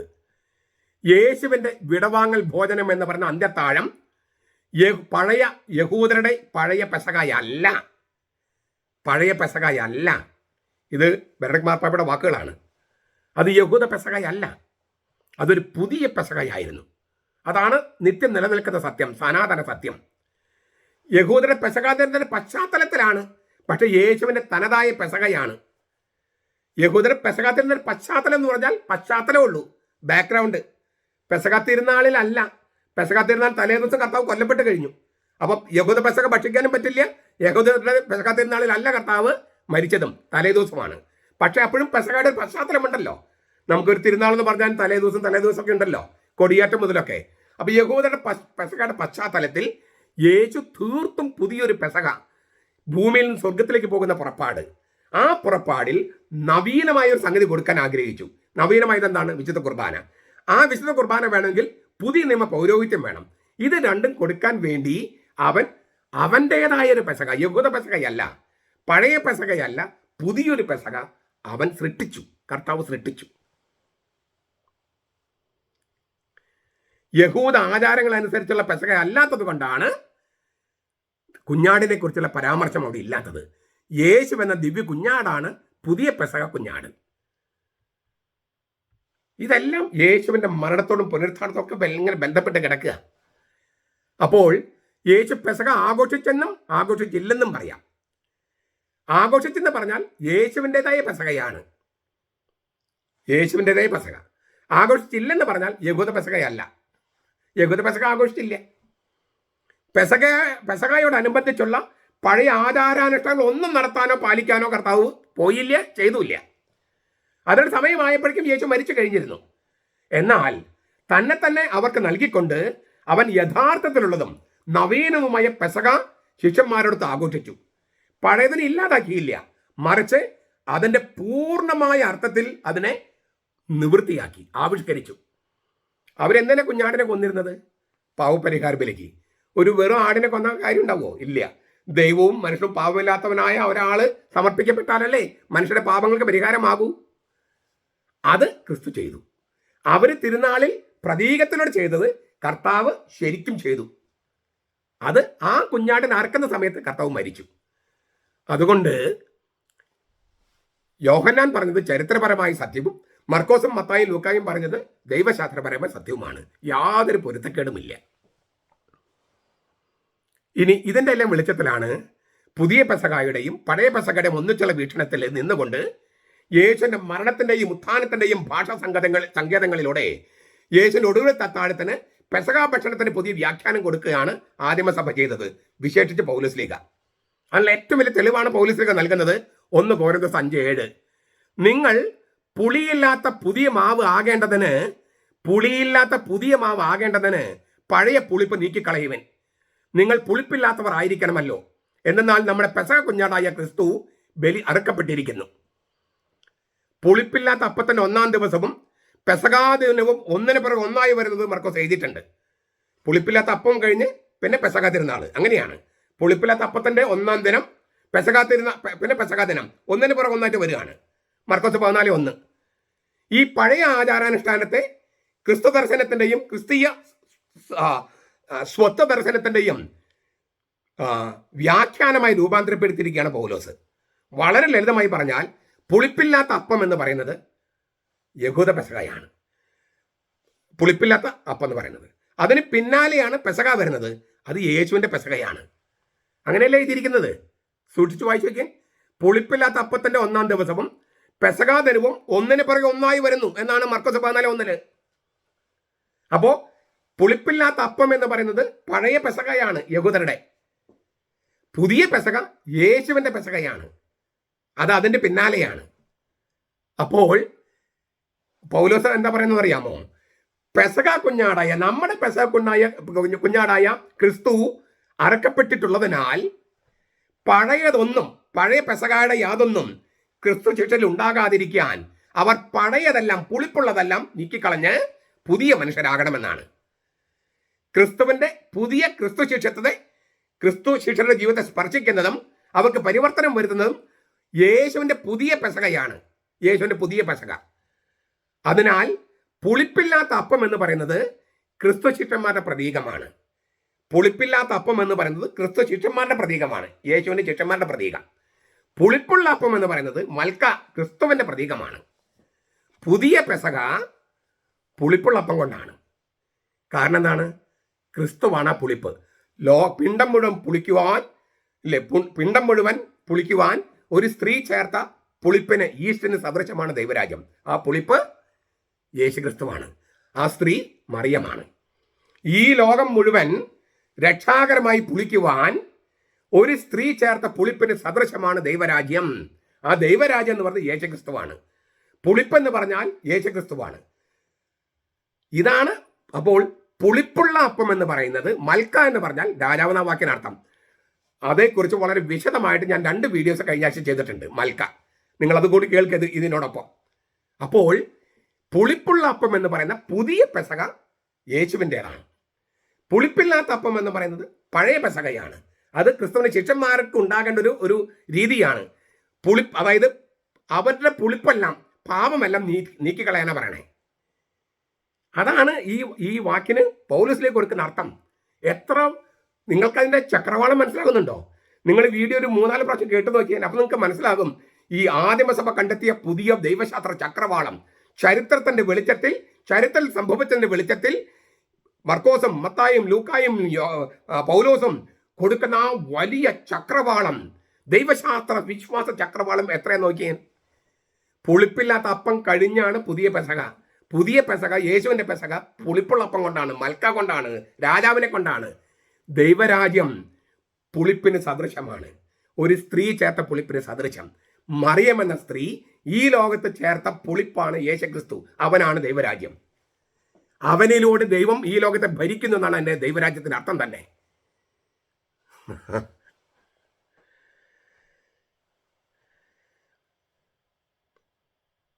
പുളിപ്പായിരിക്കുന്ന പാപത്തിൽ നിന്നും സ്വതന്ത്രരാക്കപ്പെട്ടു നമ്മൾ. അതാണ് പുളിപ്പില്ലാത്ത അപ്പം കൊണ്ട് ഉദ്ദേശിക്കുന്നത്. അങ്ങനെ സ്വതന്ത്രരാക്കപ്പെട്ടിട്ട് വേണം പുളിപ്പുള്ളപ്പം ഭക്ഷിക്കാൻ വരാൻ. അപ്പോൾ പുളിപ്പില്ലാത്ത അപ്പം എന്ന് പറയുന്നത് കുർബാനയ്ക്ക് മുമ്പ് നടക്കേണ്ടതാണ്. അത് നമ്മൾ പുളിക്കാത്തവരായിട്ട് മാറണമെങ്കിൽ, അതായത് കർത്താവ് പറഞ്ഞല്ലോ, ഈ ഫരിസേയരുടെ പുളിമാവിനെ സൂക്ഷിച്ചുകൊള്ളുവിൻ, അവരുടെ വ്യാജ പ്രബോധനം, പാഷാണ്ഡത, ശീഷ്മ, എറണാകുളത്തെ ഫരീദാബാദിലേക്ക് പാഷാണ്ഡത, ശീഷ്മ, അവർ സൂക്ഷിച്ചുകൊള്ളുവിൻ. അതിൽ നിന്ന് മാറണം. അത് കുമ്പസാരക്കൂട്ടിലാണ്. അത് കഴിഞ്ഞ് പെസഹായ്ക്ക് വരികയാണ്, കർത്താവിൻ്റെ പെസഹായ്ക്ക്. അത് പുളിപ്പുള്ളപ്പം കൊണ്ടാണ്, മൽക്ക കൊണ്ടാണ്, ക്രിസ്തുവിനെ കൊണ്ടാണ്. ബലിവസ്തുവായ കുഞ്ഞാട് അത് ക്രിസ്തുവാണ്. ഇക്കാര്യത്തിൽ ഇക്കാരണങ്ങൾ കൊണ്ട് യോഹന്നാൻ അവതരിപ്പിക്കുന്ന സംഭവങ്ങളോട് പൂർണ്ണമായി യോജിപ്പിലാണ് പൗലോസ്. നമ്മുടെ പെസഹ കുഞ്ഞാട് അറക്കപ്പെട്ടിരിക്കുന്നു. മഹാപുരോഹിതൻ പഴയ നിയമത്തിലെ കുഞ്ഞാടിനെ അറുക്കുന്ന സമയത്ത്, ദേവാലയത്തിൽ അറുക്കുന്ന സമയത്ത് നമ്മുടെ പെസഹ കുഞ്ഞാട് അറക്കപ്പെട്ടിരിക്കുന്നു എന്ന് പൗലോസ് യോഹന്നാനോട് ചേർന്ന് പറയാണ്. പക്ഷേ അപ്പോഴും കർത്താവ് അനുഭവിച്ചത്, ആസ്വദിച്ചത് പെസഹ ഭക്ഷണമാണ്. പക്ഷെ യഹൂദരുടെ പെസഹയല്ല, പുളിപ്പില്ലാത്ത അപ്പം കൊണ്ടുള്ള പെസഹയല്ല, മറിച്ച് പുളിപ്പാകുന്ന യേശു തന്നെ ഭക്ഷണമായി കൊടുക്കുകയാണ്, മൽക്ക. അതിലൂടെയാണ് നിത്യം നിലനിൽക്കുന്ന പെസഹ യേശു ക്രിസ്തുവിന്റെ മരണവും ഉത്ഥാനവുമാണ് എന്ന് നമ്മൾ പറയുന്നത്. നിത്യം നിലനിൽക്കുന്ന നവീനമായ പെസഹ എന്ന് പറയുന്നത് യേശു ക്രിസ്തുവിന്റെ മരണവും ഉത്ഥാനവുമാണ്. അതിലൂടെയാണ് നാം പുറപ്പെട്ട അടുത്ത ലൈഫിലേക്ക് പോകുന്നത്. അതുകൊണ്ടാണ് അത് പുതിയ പെസഹ ആയിരിക്കുന്നത്, യഹൂദരുടെ പഴയ പെസഹ അല്ലാത്തത്. ഈ കാരണങ്ങൾ കൊണ്ടാണ് ആദ്യകാലം മുതൽ യേശുവിന്റെ അന്ത്യഭോജനത്തിന്റെ രക്ഷാകര മരണത്തെക്കുറിച്ചുള്ള ഒരു പ്രവചനം മാത്രമല്ല ഉണ്ടായിരുന്നെന്നും യേശുവിന്റെ കുരിശും ഉത്ഥാനവും ദിവ്യകാരുണ്യ വരദാനങ്ങളായി മുമ്പേ തന്നെ അന്തർലീനമായിരുന്നുവെന്നുമാണ് ഇതിലിന്റെ ഒക്കെ വെളിച്ചത്തിൽ നമുക്ക് മനസ്സിലാകണേ. അതുകൊണ്ട് അതിനൊരു പെസഹയായിട്ട്, യഹൂദ പെസഹയായിട്ടല്ല, ഒരു പെസഹയായിട്ട്, യേശുവിന്റെ പെസഹയായിട്ട് ആദ്യമേ സഭ വീക്ഷിച്ചു, സ്ഥിരീകരിച്ചു. മർക്കോസ് അത് എഴുതി, മത്തായി സ്ഥിരീകരിച്ചു, ലൂക്കസ് സ്ഥിരീകരിച്ചു. അതൊരു പുതിയ പെസഹയായിരുന്നു, യേശുവിന്റെ തനത് പെസഹ, യേശുവിന്റെ സ്വന്തമായ പെസഹ, തീർത്തും നവീനമായ പെസഹ, യഹൂദ പെസഹയല്ല. അതുകൊണ്ട് യഹൂദ പെസഹയ്ക്ക് ഉപയോഗിച്ച പുളിപ്പില്ലാത്ത അപ്പമല്ല. ആ പുളിപ്പില്ലാത്ത അപ്പം ഉദ്ദേശിക്കുന്നത് ക്രിസ്തുവിന്റെ ശിഷ്യന്മാരെയാണ്. പുളിപ്പുള്ള അപ്പമായ മൽക്കയാണ്, രാജാവെന്ന അർത്ഥമുള്ള മൽക്കയാണ്, യേശു എന്ന പുളിപ്പാണ് അവർക്ക് ഭക്ഷണമായി നൽകിയത്. അതുകൊണ്ട് പൗരസ്ത്യ സഭകൾ തുടക്കം മുതൽ മൽക്കയാണ് കുർബാനയ്ക്ക് ഉപയോഗിച്ചിരുന്നത്. മൽക്ക കിട്ടാനില്ലെങ്കിൽ പുളിപ്പില്ലാത്ത ഉപ്പ് ഉപയോഗിച്ചിരുന്നു. പക്ഷെ പൗരസ്ത്യ സഭ പണ്ട് മുതൽ അതെങ്ങനെ പകർന്നു കിട്ടിയെന്നൊക്കെ ഞാൻ ആ 2 വീഡിയോയിൽ പറഞ്ഞിട്ടുണ്ട്. മണ്ണൂർ പറമ്പലിച്ചൻ്റെ പുസ്തകത്തിൽ നിന്നും കോട്ട് ചെയ്തുകൊണ്ട് വളരെ ഗംഭീരമായൊരു വ്യാഖ്യാനമാണ് അച്ഛൻ നൽകുന്നത്. നിങ്ങളതെല്ലാം കേട്ട് പഠിക്കണമെന്നും മറ്റുള്ളവർക്ക് പറഞ്ഞു കൊടുക്കണമെന്നും മക്കൾക്ക് പറഞ്ഞു കൊടുക്കണമെന്നും ഈ വിശുദ്ധ വാരം അങ്ങനെ സന്തോഷപ്രദമാക്കണമെന്നും വിമത വൈദികർ, മുന്നേറ്റക്കാരും പറയുന്ന വ്യാഖ്യാനങ്ങളുടെ അതെല്ലാം വ്യാഖ്യാനങ്ങൾ തെറ്റാണെന്ന് ഗ്രഹിക്കണമെന്നും അത് ശീഷ്മയുണ്ടാക്കാൻ വേണ്ടി പാഷാണ്ഡത പഠിപ്പിക്കുകയാണെന്നുള്ള തിരിച്ചറിവ് നിങ്ങൾക്ക് ഉണ്ടാകണം. സത്യവിശ്വാസം തിരിച്ചറിയുമ്പോഴാണ് പാഷാണ്ഡത തിരിച്ചറിയുക. ഇത് കഴിയട്ടെ. ഇതാണ് വിശുദ്ധ വാരത്തിൽ നമ്മൾ ചെയ്യേണ്ടത്. കുരിശിന്റെ വഴി നടത്തണം, തിരുക്കർമ്മങ്ങളൊക്കെ പങ്കെടുക്കണം, കൂട്ടത്തിൽ ഈ വചനത്തിന് ആഴത്തിലേക്ക് കടക്കണം. അങ്ങനെ കർത്താവിന്റെ കൃപ നമ്മിൽ നിറയണം. വചനത്തിലൂടെയും നിറയണം, കൂദാശയിലൂടെയും നിറയണം. രണ്ടും സംഭവിക്കട്ടെ ഈ വിശുദ്ധ വാരത്തിൽ. നമ്മുടെ കർത്താവ് ഈശോ മിശിഹായുടെ കൃപയും പിതാവായ ദൈവത്തിന്റെ സ്നേഹവും പരിശുദ്ധാത്മാവിന്റെ സഹവാസവും നാം എല്ലാവരോടും കൂടി ഉണ്ടായിരിക്കട്ടെ, ഇപ്പോഴും എപ്പോഴും എന്നേക്കും. ആമേൻ.